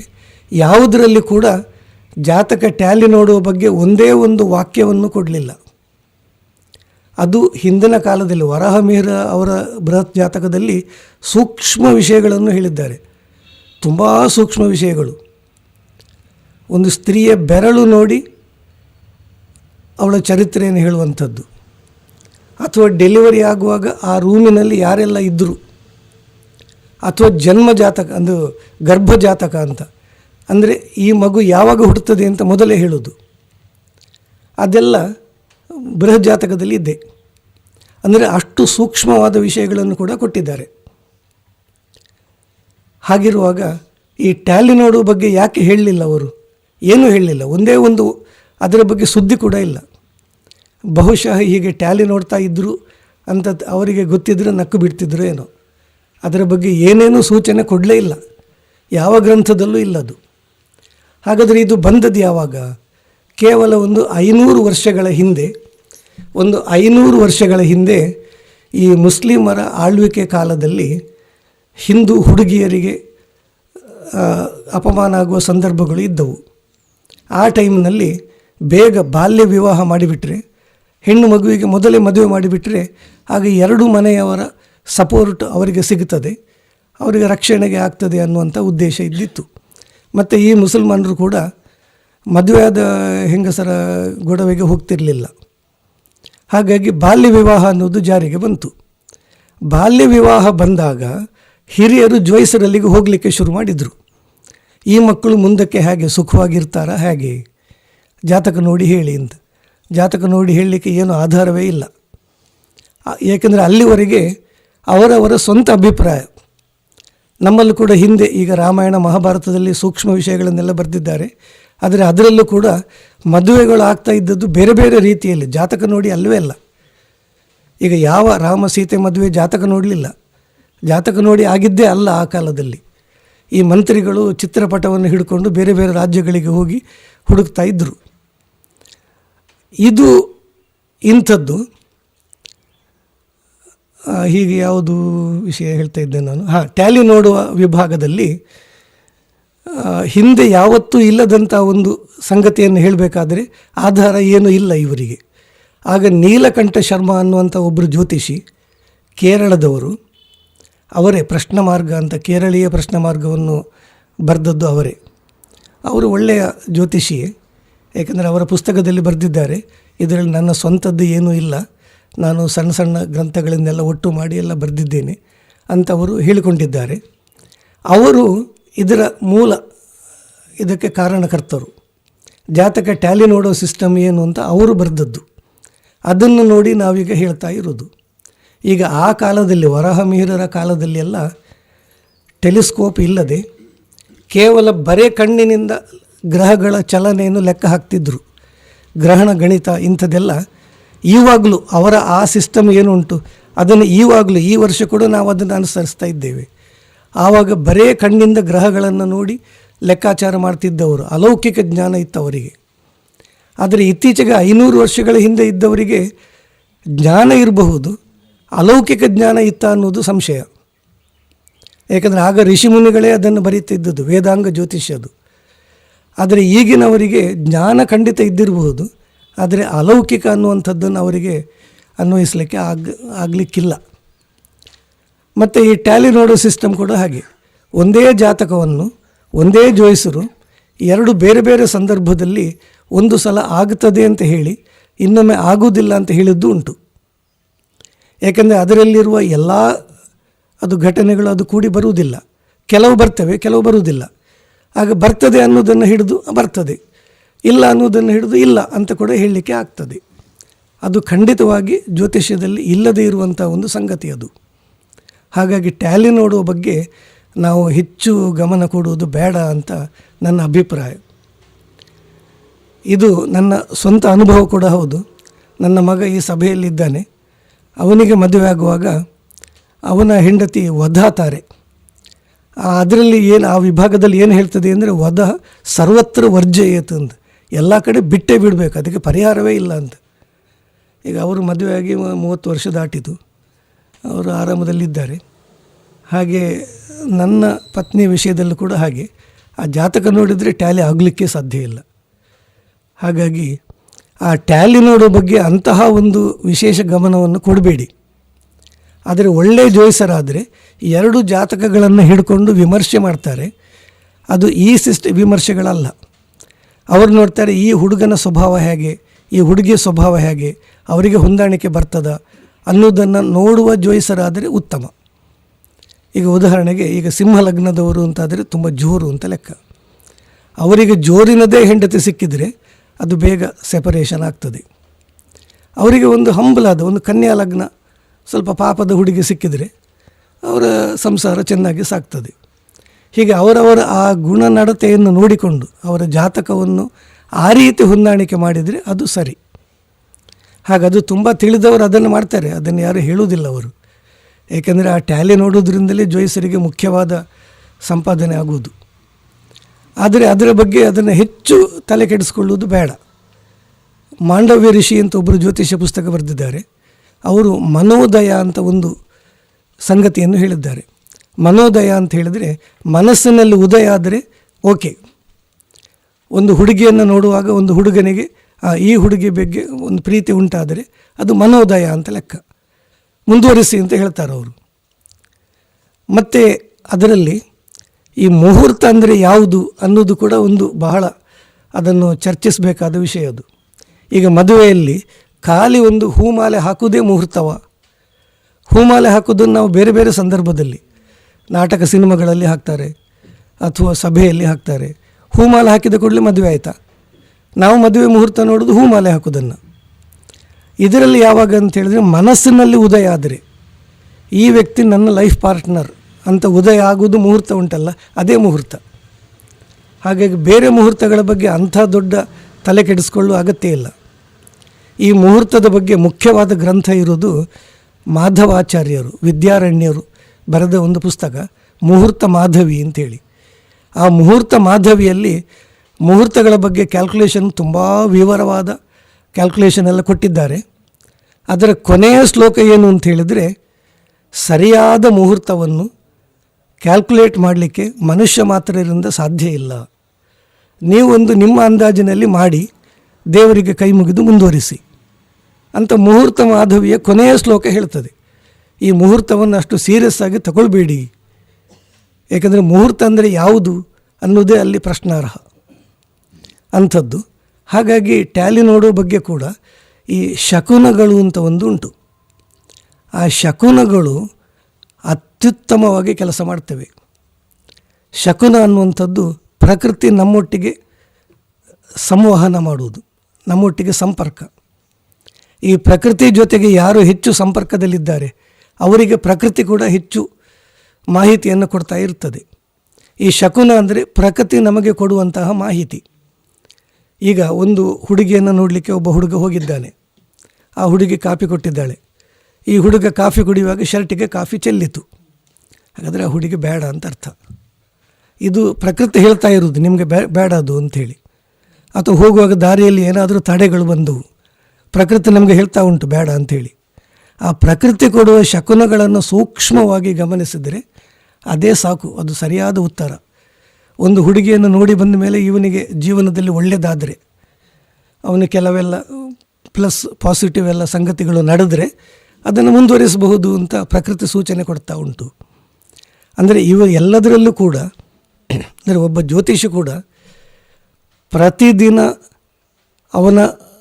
ಅವನ ಏನು ದೇವತಾರಾಧನೆ ಉಂಟು ಅದನ್ನು ಕರೆಕ್ಟಾಗಿ ಮಾಡಲೇಬೇಕು. ಬೇರೆ ಯಾವುದೇ ಶಾಸ್ತ್ರಜ್ಞರು ಮಾಡುವ ಅಗತ್ಯ ಇಲ್ಲ. ಈಗ ಒಬ್ಬ ಡಾಕ್ಟ್ರ್ ಮಾಡುವ ಅಗತ್ಯವೇ ಇಲ್ಲ. ನಿದ್ದೆಯಿಂದ ಎದ್ದು ಕೈ ಮುಖ ತೊಳೆದು ಸೀದಾ ಹೋಗ್ಬೋದು ಆಪರೇಷನ್ಗೆ. ಆದರೆ ಜ್ಯೋತಿಷಿಗಳು ನಿತ್ಯ ಈ ಆರಾಧನೆಯನ್ನು ಸರಿಯಾಗಿ ಮಾಡದಿದ್ದರೆ ಅವರಿಗೆ ಸರಿಯಾಗಿ ಮಾರ್ಗದರ್ಶನ ಮಾಡಲಿಕ್ಕೆ ಬರುವುದಿಲ್ಲ. ಅಂದರೆ ಅದರಲ್ಲಿ ಅವರಿಗೆ ಈ ಪ್ರಕೃತಿ ಅಥವಾ ಆ ದೈವ ಶಕ್ತಿ ಏನು ಉಂಟು ಅದು ಕೊಡುವ ಸೂಚನೆಗಳೇ ಮುಖ್ಯ. ಹಾಗಾಗಿ ನಾವುಗಳು ಕೂಡ ಈ ಲೈನ್ನಲ್ಲಿ ಇದ್ದರೆ, ಅಂದರೆ ಈ ಆಧ್ಯಾತ್ಮದ ಲೈನ್ನಲ್ಲಿ ಇದ್ದರೆ ಅಥವಾ ಪ್ರಕೃತಿ ಜೊತೆಗೆ ಹೆಚ್ಚು ಸಂಪರ್ಕದಲ್ಲಿದ್ದರೆ ಆ ಪ್ರಕೃತಿಯೇ ನಮಗೆ ಸೂಚನೆಯನ್ನು ಕೊಡ್ತಾ ಇರ್ತದೆ. ಪ್ರತಿ ಒಂದು ಸಣ್ಣ ವಿಷಯದಲ್ಲೂ ಕೂಡ ನಾವು ನೋಡುವಂಥ ವಸ್ತುಗಳು, ನಾವು ಕೇಳುವ ಶಬ್ದಗಳು, ಅದರಲ್ಲಿ ನಮಗೆ ಬೇಕಾದ ಉತ್ತರ ಸಿಗ್ತದೆ. ನಮ್ಮ ಪ್ರಶ್ನೆಗೆ ಉತ್ತರ ಕೂಡಲೇ ಸಿಗ್ತದೆ. ಈಗ ಮೋದಿಯವರು ಎಲೆಕ್ಷನ್ ನಿಂತಿದ್ದಾರೆ ಅಂತ ಆದ ಕೂಡಲೇ ನಮ್ಮ ಕಿವಿಗೆ ಏನು ಬೀಳ್ತದೆ ಶಬ್ದ ಅಥವಾ ಕಣ್ಣಿಗೆ ಏನು ಕಾಣ್ತದೆ ಅದರಿಂದ ಉತ್ತರ ಉಂಟು ಅದರಲ್ಲಿ. ಅದನ್ನು ನಾವು ಸರಿ ಅರ್ಥ ಮಾಡಿಕೊಂಡ್ರೆ, ಅಂದರೆ ಆ ಪ್ರಕೃತಿಯ ಭಾಷೆಯನ್ನು ಅರ್ಥ ಮಾಡಿಕೊಳ್ಳಲಿಕ್ಕೆ ನಾವು ಶುರು ಮಾಡಿದರೆ ಅದು ಹೆಚ್ಚು ಅರ್ಥ ಆಗ್ತದೆ ನಮಗೆ. ಈಗ ನಮಗೆ ಮುನ್ಸಿಪಾಲ್ಟಿಯಿಂದ ನೀರು ಬೇಕಂತಾದರೆ ಪೈಪನ್ನು ನಾವು ಹಾಕಬೇಕು, ನೀರು ಅವರು ಕೊಡ್ತಾರೆ. ಹಾಗೆ ಸಂಪರ್ಕ ನಾವು ಮಾಡಬೇಕು. ನಾವು ಸರಿಯಾಗಿ ಸಂಪರ್ಕ ಮಾಡಿಕೊಂಡ್ರೆ ಅಲ್ಲಿಂದ ನಮಗೆ ಸೂಚನೆಗಳು ಬರ್ತಾ ಇರ್ತವೆ. ಆದ್ದರಿಂದ ಇವೆಲ್ಲ ಬಹಳ ಸುಲಭ ಉಂಟು, ಏನು ಕಷ್ಟ ಇಲ್ಲ. ಅದು ಪುರಂದರದಾಸರ ಸುಲಭನೋ ಹರಿ ಅಂತ ಉಂಟಲ್ಲ, ಅತ್ಯುತ್ತಮವಾದ ಪದ್ಯ ಅದು. ಅಂದರೆ ಇವೆಲ್ಲ ಈ ದೇವತಾ ಆರಾಧನೆ ಅಥವಾ ಈ ಧಾರ್ಮಿಕ ಲೈನ್ ಅನ್ನೋದು ಭಾರೀ ಸುಲಭದ ಕೆಲಸ. ಅದು ತುಂಬ ಕಷ್ಟ, ಮಡಿಯಲ್ಲಿ ಚಳಿಯಲ್ಲಿ ಎಲ್ಲ ಇದೆಲ್ಲ ಮಾಡಬೇಕು, ವ್ರತ ಮಾಡಬೇಕು, ಉಪವಾಸ ಮಾಡಬೇಕು ಅಂತ ಏನೂ ಇಲ್ಲ. ಆ ದೇವರು ನಮಗೆ ಸುಲಭದಲ್ಲಿ ಅಥವಾ ಪ್ರಕೃತಿ ಸುಲಭದಲ್ಲಿ ನಮಗೆ ಒಲಿಯುತ್ತದೆ. ಸಂಪರ್ಕ ನಾವು ಇಟ್ಟುಕೊಳ್ಬೇಕು. ಹಾಗಾಗಿ ಈ ಹಿಂದಿನ ಕಾಲದ ಮುಗ್ಧ ಮನುಷ್ಯರು ಅವರಿಗೆಲ್ಲ ಅವರು ಮಾಡ್ತಾ ಹೋಗ್ತಾರೆ, ಕರೆಕ್ಟ್ ಆಗ್ತದೆ. ಈಗ ನಮಗೆ ಆಶ್ಚರ್ಯ ಆಗ್ತದೆ, ನಮ್ಮ ಹಿಂದಿನ ಕಾಲದಲ್ಲೆಲ್ಲ ಆಗ ಮಕ್ಕಳು ಜಾಸ್ತಿ, ಒಂದು ಮನೆಯಲ್ಲಿ 8-10 ಮಕ್ಕಳು, ಸಂಪಾದನೆ ಕಡಿಮೆ. ಆದರೂ ಕೂಡ ಅವರು ಇಡೀ ಜೀವನವನ್ನು ಗೌರವದಲ್ಲಿ ಕಳೆದರು, ಸಮಾರಂಭಗಳನ್ನು ನಡೆಸಿದರು. ಮದುವೆ ಇಂಥದ್ದೆಲ್ಲ ಮಾಡುವಾಗ ತುಂಬ ಖರ್ಚಾಗ್ತದೆ, ಅದನ್ನೆಲ್ಲ ಮಾಡಿದರು, ಇಡೀ ಜೀವನವನ್ನು ಚೆಂದ ಮಾಡಿ ಸಾಗಿಸಿದರು. ಈಗಿನವರಿಗೆ ಎಷ್ಟು ಸಂಪಾದನೆ ಇದ್ದರೂ ಸಾಕಾಗೋದಿಲ್ಲ. ಅಂದರೆ ಆ ಲೈನ್ನಲ್ಲಿ ಪ್ರಕೃತಿ ಜೊತೆ ಸಂಪರ್ಕ ಇದ್ದವರಿಗೆ ಬದುಕು ಅನ್ನೋದು ಸುಲಭ ಅನ್ನುವಂಥದ್ದು. ಆಮೇಲೆ ಈ ಜ್ಯೋತಿಷ್ಯದಲ್ಲಿ ಇದಕ್ಕೆ ಸಂಬಂಧಪಟ್ಟಂತಹ ಇಂತಹ ಸುಮಾರು ವಿಷಯಗಳು ಉಂಟು. ಇನ್ನೊಂದು ಅಷ್ಟಮಂಗಲ ಪ್ರಶ್ನೆ. ಈ ಅಷ್ಟಮಂಗಲ ಪ್ರಶ್ನೆ ಕೂಡ ಕೇವಲ ಕೇರಳದಲ್ಲಿ ಮತ್ತು ನಮ್ಮ ಕರ್ನಾಟಕದ ಈ ಜಿಲ್ಲೆಗಳಲ್ಲಿ ಮಾತ್ರ, ದಕ್ಷಿಣ ಕನ್ನಡ, ಉಡುಪಿ ಮತ್ತು ಕೇರಳ. ಅದು ಬಿಟ್ಟರೆ ಇಡೀ ಭಾರತದಲ್ಲಿ ಮತ್ತೆ ಎಲ್ಲೂ ಇಲ್ಲ ಇದು. ಹಾಗಂದರೆ ಇದು ಎಂಥದ್ದು, ನಿಜವಾಗಿ ಹೌದಾ? ಇದಕ್ಕೆ ಸಂಬಂಧಪಟ್ಟವರು ಕೂಡ ಶಕುನಗಳನ್ನು ನಂಬುವುದು ಹೆಚ್ಚಿಗೆ. ಈಗ ಅದರ ಜ್ಯೋತಿಷರುಗಳು ಕೂಡ ಆ ಶಕುನವನ್ನೇ ನೋಡಿಕೊಂಡು ಫಲ ಹೇಳೋದು. ಈ ಅಷ್ಟಮಂಗಲ ಪ್ರಶ್ನೆಯನ್ನು ಕೆಲವು ದಿನಗಳ ಗಟ್ಟಲೆ ಮಾಡ್ತಾರಲ್ಲ, ಅಷ್ಟು ಮಾಡುವ ಅಗತ್ಯವೇ ಇಲ್ಲ. ಏಕೆಂದರೆ ಅವರೆಲ್ಲ ಕ್ಯಾಲ್ಕುಲೇಷನ್ಗೆ ಅರ್ಧ ದಿನ ತೆಗಿತಾರೆ. ಆ ಕವಡೆಯನ್ನು ಮುಂದೆ ಹಿಂದೆ ಮಾಡಿಕೊಂಡು ಕ್ಯಾಲ್ಕುಲೇಷನ್, ದಶಮಕ, ಶತಕ ಅಂತೆಲ್ಲ ಮಾಡಿಕೊಂಡು ಜನಗಳಿಗೆ ಇವರಲ್ಲಿ ಎಂಥ ವಿದ್ವತ್ತು ಉಂಟು ಅಂತ ಒಂದು ಭಾವನೆ ಬರ್ತದೆ. ಅವೆಲ್ಲ ಅಗತ್ಯವೇ ಇಲ್ಲ. ಟೈಮ್ ಕೊಟ್ಟರೆ ಮೊಬೈಲಲ್ಲಿ 1 ನಿಮಿಷದ ಒಳಗೆ ಎಲ್ಲ ಇಡೀ ಗ್ರಹಸ್ಫೋಟ ಬಂದಾಯಿತು. ಅದನ್ನು ಮಾಡುವುದಿಲ್ಲ ಅವರು. ಮಧ್ಯಾಹ್ನದವರೆಗೆ ಬರೀ ಅರ್ಧ ದಿನ ಅದನ್ನು ಉಪಯೋಗಿಸ್ತಾರೆ. ಆಮೇಲೆ ಕೂಡ ಸಣ್ಣ ಸಣ್ಣ ವಿಷಯವನ್ನು ಹಿಡ್ಕೊಂಡು ಅದನ್ನೆಲ್ಲ ಹೇಳೋದು. ಯಾವ ಅಷ್ಟಮಂಗಲದಲ್ಲಿ ಜ್ಯೋತಿಷರಾದರೂ ಕೂಡ ನೀವು ಮೊದಲಿಗಿಂತ ಒಳ್ಳೆಯದಾಗಿದ್ದೀರಿ ಅಂತ ಹೇಳುವ ಕ್ರಮ ಉಂಟಾ? ನಿಮ್ಮವರೆಲ್ಲ ತುಂಬ ಈಗ ನಿಮ್ಮ ಮಕ್ಕಳೆಲ್ಲ ವಿದೇಶಕ್ಕೆ ಹೋಗಿ, ಬಾಂಬೆಗೆ ಹೋಗಿ ಎಲ್ಲ ತುಂಬ ಬಿಸ್ನೆಸ್ ಮಾಡ್ತಿದ್ದಾರೆ, ಈಗ ನೀವೆಲ್ಲ ಒಳ್ಳೆ ಕೆಲಸ ಮಾಡಿದ್ದೀರಿ, ಒಳ್ಳೆಯದಾಗ್ತದೆ, ಒಳ್ಳೆಯದಾಗಿದ್ದೀರಿ ಅಂತ ಹೇಳುವ ಕ್ರಮವೇ ಇಲ್ಲ. ಪ್ರತಿಯೊಂದು ತಪ್ಪೇ. ದೀಪಕ್ಕೆ 2 ಬತ್ತಿ ಹಾಕಿದರೂ ತಪ್ಪು, 3 ಹಾಕಿದರೂ ತಪ್ಪು, 4 ಹಾಕಿದರೂ ತಪ್ಪು. ಎಲ್ಲವೂ ಅದು ಪ್ರತಿಯೊಂದಕ್ಕೂ ಒಂದೊಂದು ತಪ್ಪು ಉಂಟು. ಅಂದರೆ ದೇವರಿಗೆ ಸರಿಯಾಗಿ ನಡೆದುಕೊಳ್ಳದೇ ಇರುವುದರಿಂದ ನಿಮಗೆ ಈ ದೋಷ ಬಂತು ಅನ್ನೋದನ್ನು ಸಾಧಿಸಿ ತೋರಿಸ್ತಾರೆ ಅವರು. ಅಂದರೆ ಅವರು ಹೇಳುವಾಗ ನಮಗೆ ಕೂಡ ಹೌದು ಹೌದು ಅಂತ ಕಾಣ್ತದೆ. ಅವರು ಹೇಳ್ತಾರೆ, ನಿಮ್ಮ ಕುಟುಂಬದಲ್ಲಿ ಕಣ್ಣಿಲ್ಲದವರು ಇದ್ದಾರಲ್ವ, ಕಣ್ಣಿನ ತೊಂದರೆ ಇದ್ದವರು ಕುಟುಂಬದಲ್ಲಿ 400-500 ಜನ ಇದ್ದಾರೆ, ಯಾರೋ ಒಬ್ಬರಿಗೆ ಇರ್ತದೆ. ಅಥವಾ ಜಾತಿ ಬಿಟ್ಟು ಬೇರೆಯವರನ್ನು ಮದುವೆ ಆದವರಿದ್ದಾರೆ, ಇರ್ತದೆ. ಇವರಿಗೆಲ್ಲ ತುಂಬ ಜ್ಯೋತಿಷರು ಕರೆಕ್ಟ್ ಹೇಳಿದರು ಅಂತ ಆಗ್ತದೆ. ಇವೆಲ್ಲ ಮತ್ತು ಹೆಚ್ಚಿನ ವಿಷಯಗಳು ಇವೆಲ್ಲ ರೈಲು ಬಿಡುವುದೇ. ಶಕುನಗಳನ್ನು ಹೆಚ್ಚು ನಂಬಿಕೊಳ್ತಾರೆ, ಅದು ಕರೆಕ್ಟ್ ಬರ್ತದೆ. ಆ ಶಕುನಗಳ ಆಧಾರದ ಮೇಲೆ ಹೇಳುವುದರಿಂದ ಕರೆಕ್ಟ್ ಆಗ್ತದೆ. ಹಾಗೆ ಈ ಅಷ್ಟಮಂಗಲ ಪ್ರಶ್ನೆ ಕನ್ನಡದಲ್ಲಿರುವಂತಹ ಮುಖ್ಯವಾದ ಗ್ರಂಥವನ್ನು ಬರೆದದ್ದು ಕಬ್ಬಿಯಾಡಿ ಜ್ಯೋತಿಷರು. ಕಬ್ಬಿಯಾಡಿ ಜ್ಯೋತಿಷರು ಅಷ್ಟಮಂಗಲ ಪ್ರಶ್ನೆ ಬಗ್ಗೆ ಕನ್ನಡದಲ್ಲಿ ದೊಡ್ಡ ಗ್ರಂಥವನ್ನು ಬರೆದಿದ್ದಾರೆ. ಅದರ ಮುನ್ನುಡಿಯಲ್ಲಿ ಏನು ಬರೆದಿದ್ದಾರೆ ಗೊತ್ತುಂಟ? ಅಷ್ಟಮಂಗಲ ಪ್ರಶ್ನೆ ಅಂತ ಹೇಳಿದರೆ ಹೆಚ್ಚು ಬುದ್ಧಿವಂತರು ಕಡಿಮೆ ಬುದ್ಧಿವಂತರ ಮೇಲೆ ಮಾಡುವ ಸವಾರಿ ಅಂತ. ಎಷ್ಟು ಕರೆಕ್ಟಾಗಿ ಹೇಳಿದ್ದಾರೆ ಅವರು. ಹೌದು, ಅದು ನಾವೆಲ್ಲ ಅದನ್ನು ನಂಬಿಕೊಂಡು ಅಷ್ಟಮಂಗಲ, ಈಗ ರಾಜರು ಅಥವಾ ಜಮೀನ್ದಾರರು ಮಾಡಲಿ ಅದನ್ನು, ಸಣ್ಣ ಸಣ್ಣ ಮನೆತನದವರು ಕೂಡ ಈ ಅಷ್ಟಮಂಗಲ ಅಂಥೇಳಿ ಲಕ್ಷಗಟ್ಟಲೆ ಖರ್ಚು ಮಾಡೋದು. ಮತ್ತು ದೊಡ್ಡ ಪರಿಹಾರ ಹೇಳಿದರೆ ದೊಡ್ಡ ಜ್ಯೋತಿಷರು ಅಂತ ಆಗ್ತದೆ. ಸಣ್ಣ ಪರಿಹಾರ ಹೇಳಿದರೆ ಜನಗಳಿಗೆ ಹಿಡಿಸೋದಿಲ್ಲ. ಈಗ ನಾವೆಲ್ಲ ಸಣ್ಣವರಿದ್ದಾಗ ಒಂದು ದೇವಸ್ಥಾನಕ್ಕೆ ಒಂದು ಹಣ್ಣುಕಾಯಿ ಮಾಡಿಸ್ಕೊಂಡು ಬನ್ನಿ, ನಾಗನಿಗೆ ಒಂದು ತಂಬಿಲ ಮಾಡಿಬಿಡಿ ಅಂತೆಲ್ಲ ಹೇಳ್ತಿದ್ದರು. ಈಗ ಅಂಥ ಪರಿಹಾರ ಯಾವ ಜ್ಯೋತಿಷರು ಹೇಳೋದಿಲ್ಲ. ಚಂಡಿಕಾ ಹೋಮ ದೊಡ್ಡದು, ನಾಗಮಂಡಲ, ಆಶ್ಲೇಷ ಬಲಿ ಒಂದು ಮನೆಯಲ್ಲಿ ಮಾಡೋದಿದ್ರೆ 25,000 ರೂಪಾಯಿಗಿಂತ ಹೆಚ್ಚು ಖರ್ಚು ಉಂಟು. ಅಂಥದ್ದೆಲ್ಲ ಒಂದು ನಾಗನಿಗೆ ತಂಬಿಲ ಮಾಡಿ ಅಂತ ಯಾರೂ ಹೇಳುವುದಿಲ್ಲ. ದೊಡ್ಡ ಪರಿಹಾರಗಳನ್ನು ಹೇಳುವ ಕ್ರಮ ಬಂದುಬಿಟ್ಟಿದೆ. ಅದಕ್ಕಾಗಿ ಕೆಲವರು ಜಾತಕ ತೋರಿಸಲಿಕ್ಕೆ ಹೆದರ್ತಾರೆ. ಅಂದರೆ ಆ ಜ್ಯೋತಿಷಿ ಕೂಡ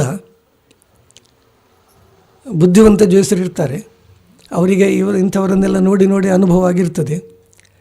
ಹೆಚ್ಚಾಗಿ ಈ ಒಂದು ಪೇಜ್ ಜಾತಕ ತಗೊಂಡು ಬರ್ತಾರೆ, ಅದು 4 ಹೋಳಾಗಿರ್ತದೆ. ಅದನ್ನು ಮಡಚಿ ಕಿಸೆಯಲ್ಲಿ ಪರ್ಸನಲ್ಲಿ ಇಟ್ಟುಕೊಂಡು ಎಲ್ಲರಿಗೂ ತೋರಿಸಿ ಅದೆಲ್ಲ ಬಂದಿರ್ತದೆ.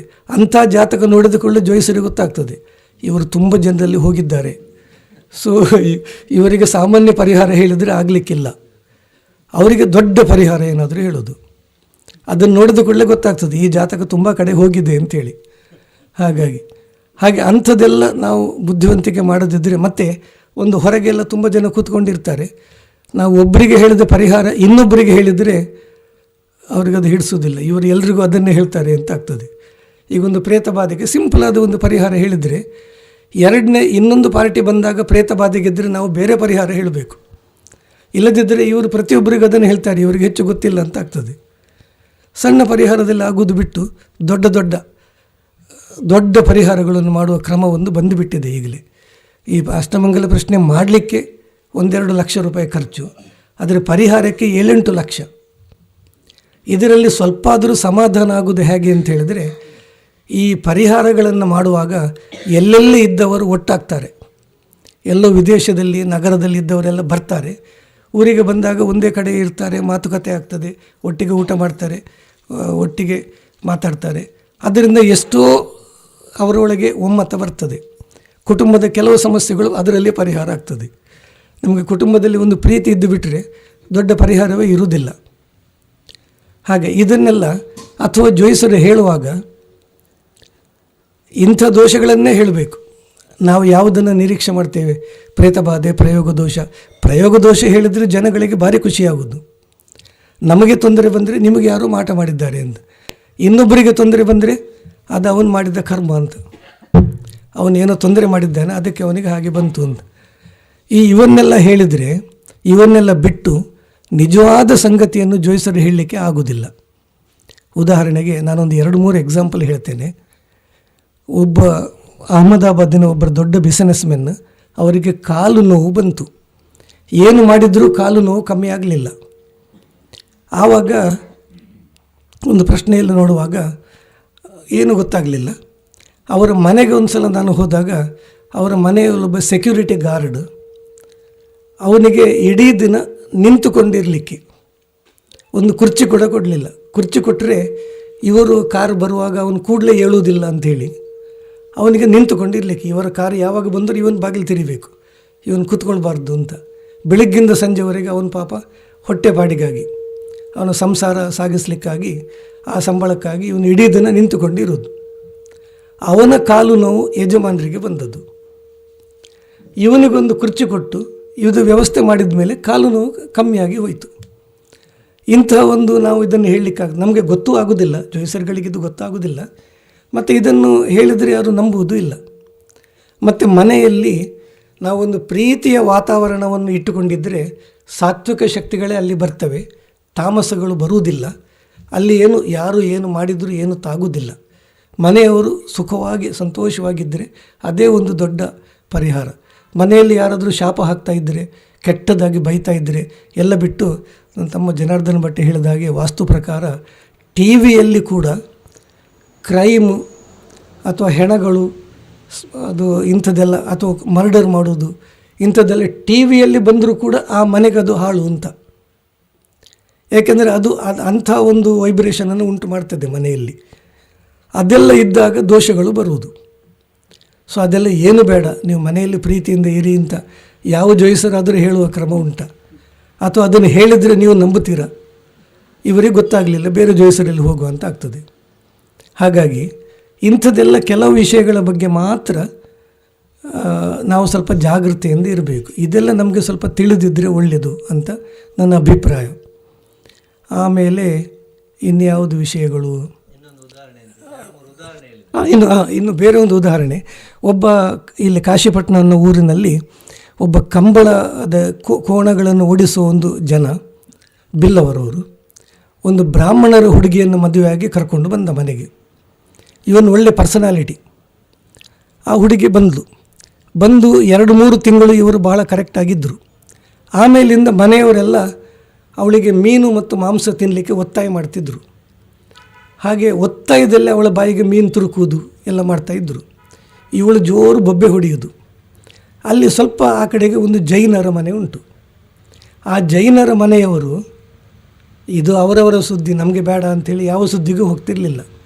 ಒಂದು ದಿನ ಲಾಸ್ಟಿಗೆ ತಡೀಲಿಕ್ಕಾಗದೆ ಈ ಹುಡುಗಿ ಜೋರು ಬೊಬ್ಬೆ ಹೊಡೆದುಕೊಂಡು ಈ ಜೈನರ ಮನೆಗೆ ಬಂದಳು.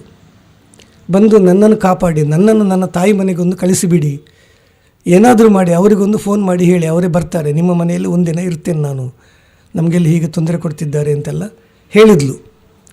ಆಗ ಈ ಜೈನರ ಮನೆಯವರು, ನಿಮ್ಮ ಸಂಗತಿ ನೀವೇ ನೋಡಬೇಕು, ನೀವೆಲ್ಲ ಇಲ್ಲಿ ಬರಬೇಡಿ, ಇದು ನಮಗೆ ನಮ್ಮಷ್ಟಕ್ಕೆ ಇರಲಿಕ್ಕೆ ಬಿಡಿ ಅಂತೇಳಿ.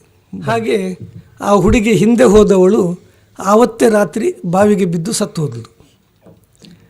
ಈ ಜೈನರ ಮನೆಯಲ್ಲಿ ಗಂಡ ಹೆಂಡತಿಯ ಸಮಸ್ಯೆ ಶುರುವಾಯಿತು. ಅವರ ಆ ಹೆಂಡತಿಗೆ ಹುಚ್ಚು ಹಿಡಿದ ರೀತಿಯಲ್ಲಿ ಮೆಂಟಲ್ ಆಗಿ ವರ್ತಿಸುವುದು, ಹುಚ್ಚು ಹಿಡಿದ ಹಾಗೆ ಆಯಿತು. ಯಾವ ಔಷಧಿ ಮಾಡಿದ್ರೂ ಕಮ್ಮಿ ಆಗಲಿಲ್ಲ. ಕೊನೆಗೆ ನಮ್ಮಲ್ಲಿ ಪ್ರಶ್ನೆಗೆ ಬಂದಾಗ ಒಂದು ಸಲ ಇದು ಪ್ರೇತ ಬಾಧೆ ಅಂತ ಬಂತು.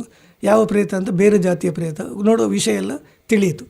ಈಗ ಆ ಪ್ರೇತ ಇವರ ಮನೆಗೆ ಬರುವುದು ತಪ್ಪ, ಇವರ ಮನೆಗೆ ತೊಂದರೆ ಕೊಡಲಿಕ್ಕೆ ಬರ್ತಾ ಉಂಟು. ಏಕೆಂದರೆ ಇವರಿಗೆ ಅವಳನ್ನು ಕಾಪಾಡುವ ಒಂದು ಸಾಮರ್ಥ್ಯ ಇದ್ದಿತ್ತು, ಇವರು ಇಟ್ಟುಕೊಳ್ಬಹುದಿತ್ತು, ಅಥವಾ ಅಟ್ಲೀಸ್ಟ್ ಅವರ ತಾಯಿ ಮನೆಗೊಂದು ಫೋನ್ ಮಾಡಿ ಹೇಳ್ಬೋದಿತ್ತು, ಹೀಗೊಂದು ಸಮಸ್ಯೆ ಉಂಟು ಬನ್ನಿ ನೀವು ಕೂಡಲಿ ಅಂತ.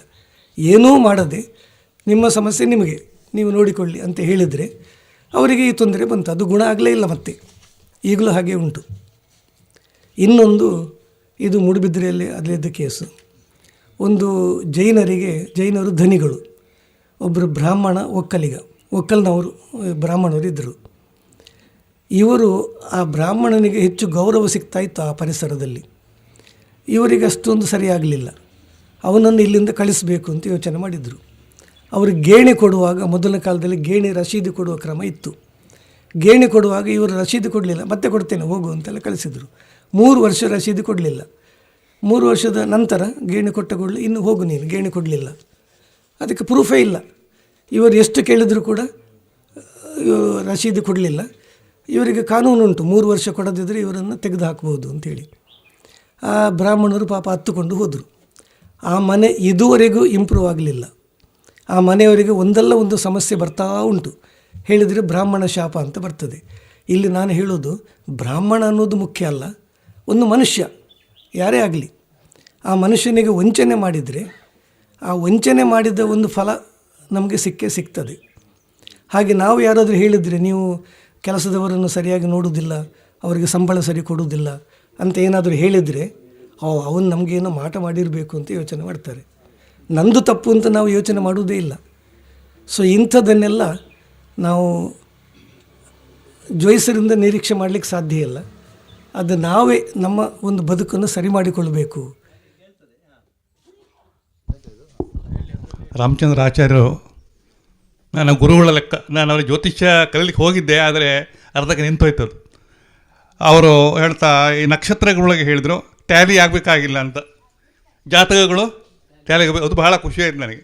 ನಾವು ಭಾಳ ಹಿಂದೆ ಅದೇ ಮಾಡ್ತಾಯಿದ್ವಿ, ಟ್ಯಾಲಿ ಮಾಡಿ ಎಷ್ಟು ಮದುವೆ ಮುರಿದು ಹೋಗಿದ್ದು ಕೂಡ ಇದೆ. ಈಗ ನನ್ನೊಂದು ಪ್ರಶ್ನೆ ಅಂದರೆ, ಕವಡೆ ಹಾಕಿ ಹೇಳ್ತಾರಲ್ಲ, ಅದು ಎಷ್ಟು ಮಟ್ಟಿಗೆ ಸರಿ ಇರ್ತದೆ? ನನಗೆ ಅನುಭವದ ಪ್ರಕಾರ ನನಗೆ ಆಗಿದೆ, ನಾನು ನಿಮ್ಗೆ ಹೇಳಿದ್ದೆ. ನಮಗೆ ಕವಡೆ ಹಾಕಿ ನಮ್ಮ ಹುಡುಗ ಕಳೆದೋಗಿದ್ದ. ಆಗ ಮುಂಡ್ಕೂರಿನ ಭಾಸ್ಕರ್ ಭಟ್ರು ಅಂತ ಇದ್ದರು, ವಿಠೋಬ ದೇವಸ್ಥಾನ ಭಟ್ರು. ನಾನು ಹೋಗಿ ಹೇಳಿದೆ, ಭಟ್ರೆ ನಮ್ಮ ಹುಡುಗ ಕಾಣ್ತಾ ಇಲ್ಲ, ಎಲ್ಲಿ ಹೋಗಿದ್ದಾನೆ? ನಾವೆಲ್ಲ ಹುಡುಗ ಸಾಕಾಯಿತು. ಆಗ ಅವ್ರು ಹೇಳಿದರು, ಕಡೆ ಹೇಳಿದರು, ಅವ್ನು ಎಲ್ಲೂ ಹೋಗಿಲ್ಲ, ಉಡುಪಿಲಿದ್ದಾನೆ. ಉಡುಪಿ ಒಂದು ದಿಕ್ಕು ಹೇಳಿದರು, ದಿಕ್ಕು. ಆ ದಿಕ್ಕಿಗೆ ಹೋದಾಗ ಒಂದು ಹೋಟೆಲ್ನಲ್ಲಿ ಇದ್ದ. ಅಂದರೆ ನನಗೆ ಕವಡೆಯಲ್ಲಿ ವಿಶ್ವಾಸ ಉಂಟಾಯಿತು. ಅದು ಅದರ ಬಗ್ಗೆ ತಾವು ಹೆಚ್ಚು ಬೆಳಕು ಚೆಲ್ಲಬೇಕು ಅಂತ ಕೇಳ್ಕೊಳ್ತಾ ಇದ್ದೇನೆ. ಸರ್, ಜ್ಯೋತಿಷ್ಯದ ವಿಷಯದಲ್ಲಿ ನಾನು ಮೊದಲೇ ಹೇಳಿದ ಹಾಗೆ ನನಗೆ ತುಂಬ ಗೌರವ ಮತ್ತು ಈ ಶಾಸ್ತ್ರದ ಬಗ್ಗೆ ತುಂಬ ಸಂತೃಪ್ತಿ, ತುಂಬ ನನಗೆ ಅದರ ಬಗ್ಗೆ ವಿಶೇಷವಾದ ಒಂದು ಮಮತೆ ಇದೆ. ಮತ್ತು ನೀವು ಹೇಳಿದ ಹಾಗೆ ಒಳ್ಳೆಯ ಜ್ಯೋತಿಷಿಗಳು ತುಂಬ ಜನ ಇದ್ದಾರೆ. ನಾನು ಸುಲಿಗೆ ಮಟ್ಟಿಗೆ ಮಾತ್ರ ಒಂದು ಜನಗಳಲ್ಲಿ ಜಾಗೃತಿ ಬರಲಿ ಅನ್ನೋದು ನನ್ನ ಉದ್ದೇಶ. ಇಡೀ ಜ್ಯೋತಿಷ್ಯದ ಬಗ್ಗೆ ನಮಗೆ ನೆಗೆಟಿವ್ ಏನೂ ಇಲ್ಲ. ಜ್ಯೋತಿಷ್ಯ ಅದ್ಭುತವಾದ ಶಾಸ್ತ್ರ. ಅದನ್ನು ಈಗಲೂ ಕೂಡ ಅದೇ ನಾನು ಆಗಲೇ ಹೇಳಿದ ಹಾಗೆ ನಿತ್ಯ ದೈವಾರಾಧನೆ ಮಾಡಿಕೊಂಡು, ದೇವತಾರಾಧನೆ ಮಾಡಿಕೊಂಡು ಅದನ್ನು ಆ ಒಂದು ಮೇಂಟೈನ್ ಮಾಡಿಕೊಂಡು ಬರ್ತಿದ್ದಾರಲ್ವ, ದೊಡ್ಡ ವಿಷಯ ಅದು. ಹಾಗಾಗಿ ಮತ್ತು ಇನ್ನೊಂದು ದೊಡ್ಡ ವಿಷಯ ಉಂಟು, ಈ ಜ್ಯೋತಿಷಿಗಳಿಗೆ ತೊಂದರೆ ಬರುವಂಥದ್ದು ಹೆಚ್ಚಿಗೆ. ಯಾಕೆಂದರೆ ಪ್ರಶ್ನೆ ಮಾರ್ಗದ ಜ್ಯೋತಿಷದಲ್ಲಿ ಏನು ಹೇಳ್ತಾರೆ ಅಂತ ಹೇಳಿದರೆ, ಯಾರಾದರೂ ಪ್ರಶ್ನೆ ಕೇಳಿದರೆ ನಮ್ಮ ದೇಹದ ಆಗ ಅನುಭವ ಅದನ್ನು ಹೊಂದಿಕೊಂಡು ಉತ್ತರ ಹೇಳಿ, ಅದು ಕರೆಕ್ಟ್ ಇರ್ತದೆ ಅಂಥೇಳಿ. ಈಗ ಉದಾಹರಣೆಗೆ ಯಾರಾದರೂ ಕೇಳಿದಾಗ ನಮಗೆ ನೀರು ಕುಡಿಬೇಕು ಅಂತ ಅನಿಸಿದರೆ, ಅಥವಾ ನಮಗೆ ಒಂಥರ ಸುಸ್ತು ಉಂಟು ಅಂತ ಅನಿಸಿದರೆ ಅವನಿಗೆ ಆರೋಗ್ಯ ಸಮಸ್ಯೆ ಅಂತ ಹೇಳ್ಬೋದು ನಾವು. ಅಂದರೆ ನಮಗೆ ಆದ ಅನುಭವಗಳನ್ನು ಅವರಿಗೆ ಹೇಳಿದರೆ ಅದು ಕರೆಕ್ಟ್ ಇರ್ತದೆ ಅನ್ನೋದು ಒಂದು ನಿಯಮ. ಅದರಲ್ಲಿ ತೊಂದರೆಗೆ ಒಳಗಾದವರೇ ಪ್ರಶ್ನೆಗೆ ಬರುವುದು, ಎಲ್ಲರೂ ಕೂಡ ತುಂಬ ಸುಖವಾಗಿದ್ದವರು ಯಾರೂ ಬರುವುದಿಲ್ಲ. ಸೊ ಬೆಳಗ್ಗಿಂದ ಸಂಜೆವರೆಗೆ ಇಂತಹ ತೊಂದರೆಗಳನ್ನು ಅನುಭವಿಸದೆ ಈ ದೇಹ ಏನಾಗ್ತದೆ, ಸಾಯಂಕಾಲ ಆಗುವಾಗ ತುಂಬ ಸುಸ್ತಾಗ್ತದೆ. ಹಾಗೆ ಜ್ಯೋತಿಷ್ಯದ ಇದನ್ನು ಮೇಂಟೈನ್ ಮಾಡಿಕೊಂಡು ಬರ್ತಿದ್ದಾರೆ. ಈಗ ನಮ್ಮ ಕೆಲವು ಜ್ಯೋತಿಷಿಗಳು ಎಷ್ಟು ವಯಸ್ಸಾದರೂ 90-95 ವಯಸ್ಸಿನವರೆಗೂ, ಈಗ ಬೆಳ್ಮಣ್ಣಿನ ಮಧುರ ಭಟ್ರು ನನಗೆ ತಿಳಿದ ಮಟ್ಟಿಗೆ, ಈಗ ಅವರೆಲ್ಲ ಅಂಥವರು ಸುಮಾರು ಜನ ಇದ್ದಾರೆ. ಒಳ್ಳೊಳ್ಳೆಯ ಸಮಾಜಕ್ಕೆಲ್ಲ ಹೆಲ್ಪ್ ಮಾಡುವ ಕೆಲಸಗಳನ್ನು ಮಾಡಿದ್ದಾರೆ. ಮತ್ತು ಇದು ಜ್ಯೋತಿಷ್ಯದ ಬಗ್ಗೆ ಖಂಡಿತವಾಗಿ ಇಂಥದ್ದು ಸಾಧ್ಯ ಉಂಟು. ಮತ್ತು ಇದರ ಒಟ್ಟಿಗೆ ಅವರ ದೇವತಾರಾಧನೆಯ ಒಂದು ಶಕ್ತಿಯಿಂದ ಅವರದನ್ನು ಹೇಳೋದು, ಅದು ಒಂದು ಬೇಕು ಮಾತ್ರ. ಬರೀ ನಾಲೆಜಲ್ಲೇ ಹೇಳಲಿಕ್ಕೆ ಬರುವುದಿಲ್ಲ. ಈಗ BV ರಾಮನ್ರವರು ದೊಡ್ಡ ಜ್ಯೋತಿಷಿಯಾಗಿ ತುಂಬ ಪುಸ್ತಕಗಳನ್ನು ಬರೆದಿದ್ದರು. ಆದರೆ ಪ್ರಾಕ್ಟಿಕಲ್ ಆಗಿ ಅವರು ಫೇಲ್. ಪ್ರಾಕ್ಟಿಕಲ್ ಆಗಿ ಅವರು ಜಾತಕ ನೋಡಿ ಹೇಳಿದ್ದು ಒಂದೂ ಸರಿಯಾಗಲಿಲ್ಲ. ಯಾಕೆಂದರೆ ಆ ದೇವತಾರಾಧನೆ ಒಂದು ಇರಲಿಲ್ಲ ಅವರಿಗೆ. ಜ್ಞಾನ ಇತ್ತು ತುಂಬ, ಅವ್ರದ್ದು ಮ್ಯಾಗಝಿನೇ ಇತ್ತು, ಆಸ್ಟ್ರಾಲಜಿಕಲ್ ಮ್ಯಾಗಝಿನ್ ಅಂತೇಳಿ. ಹಾಗಾಗಿ ಅದೆಲ್ಲ ಇದ್ದವರು, ಅದು ಇವರು ಅರ್ಚಕರು ಅಂತ ಹೇಳಿದ್ರಿ ನೀವು, ದೇವಸ್ಥಾನದ ಅರ್ಚಕರು, ಅವರಲ್ಲಿ ಖಂಡಿತವಾಗಿ ಅಂಥ ಯೋಗ್ಯತೆ ಇದ್ದಿತ್ತು. ಅದನ್ನು ನಾವು ಎಲ್ಲರೂ ಮೆಚ್ಚೋಣ. ಮತ್ತು ದೈವಗಳ ವಿಷಯದಲ್ಲಿ ಆ ಮಂತ್ರ ದೇವತೆ ಅನ್ನುವಂಥದ್ದು ಭಯಂಕರ ಡೇಂಜರಸ್ ದೈವ. ಅದು ಈ ಸ್ತ್ರೀಯರ ಸಿಟ್ಟಿನಿಂದ ಉತ್ಪತ್ತಿ ಆದದ್ದು ಅಂತ ಲೆಕ್ಕ. ಸಾಮಾನ್ಯ ಸಿಟ್ಟಿನಿಂದ ಉತ್ಪತ್ತಿಯಾದ ಶಕ್ತಿಗಳನ್ನು ಮನೆಯಲ್ಲಿ ನಂಬಬಾರ್ದು. ಈಗ ನಾವು ಮನೆಯಲ್ಲಿ ವೀರಭದ್ರ, ಭೈರವ ಎಲ್ಲ ನಂಬುವುದಿಲ್ಲ. ವೀರಭದ್ರ ಶಿವನ ಸಿಟ್ಟಿನಿಂದ ಉತ್ಪತ್ತಿಯಾದ್ದು ಅಂತ ಲೆಕ್ಕ. ಹಾಗೆ ಸ್ತ್ರೀಯರ ಸಿಟ್ಟಿನಿಂದ ಉತ್ಪತ್ತಿಯಾದದ್ದು ಮಂತ್ರದೇವತೆ ಅಂತ ಯಾವುದೋ ಒಂದು ತಾಮಸ ಶಕ್ತಿ. ಅದನ್ನು ಒಂದು ಕಾಲಕ್ಕೆ ಎಲ್ಲ ಜ್ಯೋತಿಷರುಗಳು ಕೂಡ ಯಾರು ಹೇಳಿದ್ರು ಕೂಡ ಮಂತ್ರದೇವತೆ ಬಂದಿದೆ, ನೀವು ಅದನ್ನು ನಂಬಬೇಕು. ಆಮೇಲೆ ಬರೀ ನಂಬಿದರೆ ಸಾಲದು, ಅದನ್ನು ಶಿಫ್ಟ್ ಮಾಡಬೇಕು. ಅದು ಚಾವಡಿಗೆ ಹೋಗಬೇಕು ಅಂತ ಹೇಳ್ತದೆ, ಗುಡಿ ಬೇಕು ಅಂತ ಹೇಳ್ತದೆ, ಗುಡಿ ಕಟ್ಟಬೇಕು, ಕೋಲ ಮಾಡಬೇಕು ಅಂತ ಹೇಳ್ತದೆ.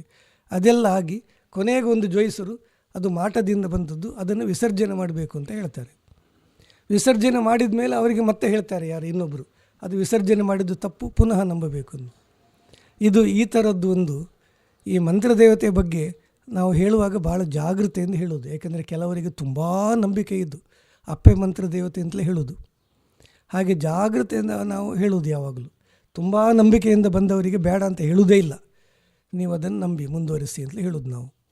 ಹಾಗೆ ಇಂಥದ್ದು ಈ ದೈವಗಳು ಕೂಡ ಹಾಗೆ ನನಗೆ ಏನು ಕೊಡ್ತಿ ಅಂತ ಈ ಪಾತ್ರಿಗಳು ಕೇಳೋದು ಉಂಟಲ್ಲ, ಅದು ಅಸಂಬದ್ಧ ಅಂತ ನಿಮ್ಗೆ ಅನಿಸೋದಿಲ್ವ? ಈಗ ಎಲ್ಲರೂ ಕೂಡ ಇದು ಮಾಡಿದ್ರೆ ನನಗೇನು ಕೊಡ್ತಿ ಅಂತ ಕೇಳೋದು. ನಾವು ಕೊಡಬೇಕು ಆ ಶಕ್ತಿಗಳಿಗೆ, ಅವರು ನಮಗೆ ಕೊಡೋದು. ಹಾಗಾಗಿ ನಾವು ನನಗೇನು ಕೊಡ್ತಿ ಅಂತ ಒಂದು ಹೇಳುವ ಪಾತ್ರಿಗಳನ್ನು ನಂಬಾರ್ದು. ಮತ್ತು ಇಂಥದ್ದು ನಡೀತದೆ. ನಂಬಿಕೆಯನ್ನು ನಾವು ಕ್ವಶ್ಚನ್ ಮಾಡಲಿಕ್ಕೆ ಸರಿಯಾಗೋದಿಲ್ಲ. ಹಾಗಾಗಿ ಅವರು ನಂಬಿಕೆಯಿಂದ ಮಾಡಿದರೆ ಮಾಡಲಿ, ನಮ್ಮನ್ನು ಕೇಳಿದರೆ ನಾವು ನಂಬಬೇಕಂತ ಕೇಳಿದರೆ ನೀವು ಬೇಡ ಅಂತ ನಾವು ಹೇಳ್ತೇವೆ. ಮತ್ತು ಇಡೀ ಸಮಾಜವನ್ನು ತಿದ್ದುವಂಥ ಜನ ನಾವಲ್ಲ.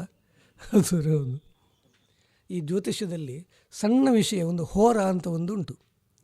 ಇದು ಒಂದನ್ನು ತಿಳ್ಕೊಂಡ್ರೆ ನಮ್ಮ ಸಾಮಾನ್ಯ ಜೀವನಕ್ಕೆ ಅದು ಒಂದೇ ಸಾಕು, ಬೇರೆ ಏನು ಬೇಕು ಅಂತಲೇ ಇಲ್ಲ. ಈ ರಾಹುಕಾಲ ಗುಳಿಕ ಕಾಲ ಇದ್ದಲ್ಲಿ ಯಾವುದೂ ಅಗತ್ಯವೇ ಇಲ್ಲ. ಹೋರ ಒಂದು ತಿಳ್ಕೊಂಡ್ರೆ ಸಾಕು. ಚಿಕ್ಕದಾಗಿ ಹೇಳ್ತೇನೆ.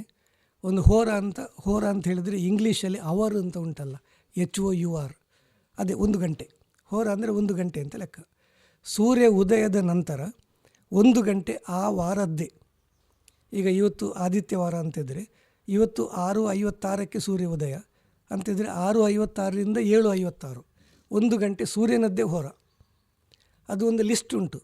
ಚಂದ್ರ, ಶನಿ, ಗುರು, ಕುಜ, ರವಿ, ಶುಕ್ರ, ರವಿ, ಶುಕ್ರ, ಬುಧ ಅಂತ. ಚಂದ್ರ, ಶನಿ, ಗುರು, ಕುಜ, ರವಿ, ಶುಕ್ರ, ಬುಧ. ಅದನ್ನು ತಿಳ್ಕೊಳ್ಳೋದಕ್ಕೆ 2 ಕ್ರಮಗಳು ಉಂಟು. ಒಂದು ಚಂದ್ರ ಅಂದರೆ ಸೋಮ, ಇದು ಸೋಮವಾರದ್ದಲ್ವ, ಅದರ ಹಿಂದೆ 1 ದಿನ ಬಿಟ್ಟು ಚಂದ್ರ, ಹಿಂದೆ ನೋಡುವಾಗ ಆದಿತ್ಯ ಬಿಟ್ಟು ಶನಿ, ಚಂದ್ರ ಆದಮೇಲೆ ಶನಿ, ಶನಿ ಆದಮೇಲೆ ಶುಕ್ರ ಬಿಟ್ಟು ಗುರು, ಗುರು ಆದಮೇಲೆ ಬುಧ ಬಿಟ್ಟು ಕುಜ, ಕುಜ ಆದಮೇಲೆ ಚಂದ್ರ ಬಿಟ್ಟು ರವಿ. ಈ ಥರದಲ್ಲಿ ಅದು ಮುಂದೆ ಹೋಗ್ತದೆ. ಚಂದ್ರ, ಶನಿ, ಗುರು, ಕುಜ, ರವಿ, ಶುಕ್ರ, ಬುಧ ಅಂಥೇಳಿ ಹಾಗೆ ಮುಂದೆ ಹೋಗ್ತದೆ. ಅಥವಾ ಭೂಮಿಯಿಂದ ದೂರ ಇರುವಂತಹ ಲೆಕ್ಕ. ಆ್ಯಕ್ಚುಲಿ ಶನಿ ಅತ್ಯಂತ ದೂರ ಇರಬೇಕು, ದೂರ ಉಂಟು. ಈ ನೆಪ್ಚೂನು, ಯುರೇನಸ್, ಪ್ಲೂಟೋ ಅದನ್ನು ಬಿಟ್ಟಿದ್ದಾರೆ. ಈಗ ಅದಕ್ಕೆ ಕಂಪ್ಯೂಟರ್ ಜ್ಯೋತಿಷದಲ್ಲಿ ಅದಕ್ಕೆ ಫಲ ಬರೀತಾ ಇದ್ದಾರೆ. ಅದು ಇನ್ನೂ ಸಂಶೋಧನೆ ಆದಮೇಲೆ ಒಂದು ಸುತ್ತು ಬಂದಿಲ್ಲ, ಅದು ಇನ್ನೂ ಯೂನಿವರ್ಸಿಗೆ ಒಂದು ಸುತ್ತು ಬಂದಿಲ್ಲ. ಇವಾಗಲೇ 12 ರಾಶಿಗೆ ಫಲ ಬರೆದು ಬಿಟ್ಟಿದ್ದಾರೆ, ಸುಳ್ಳು. ಹಾಗಾಗಿ ಇದು ಇಷ್ಟೇ ಸಾಕು ನಮಗೆ. ಶನಿ ತುಂಬ ದೂರದ ಗ್ರಹ.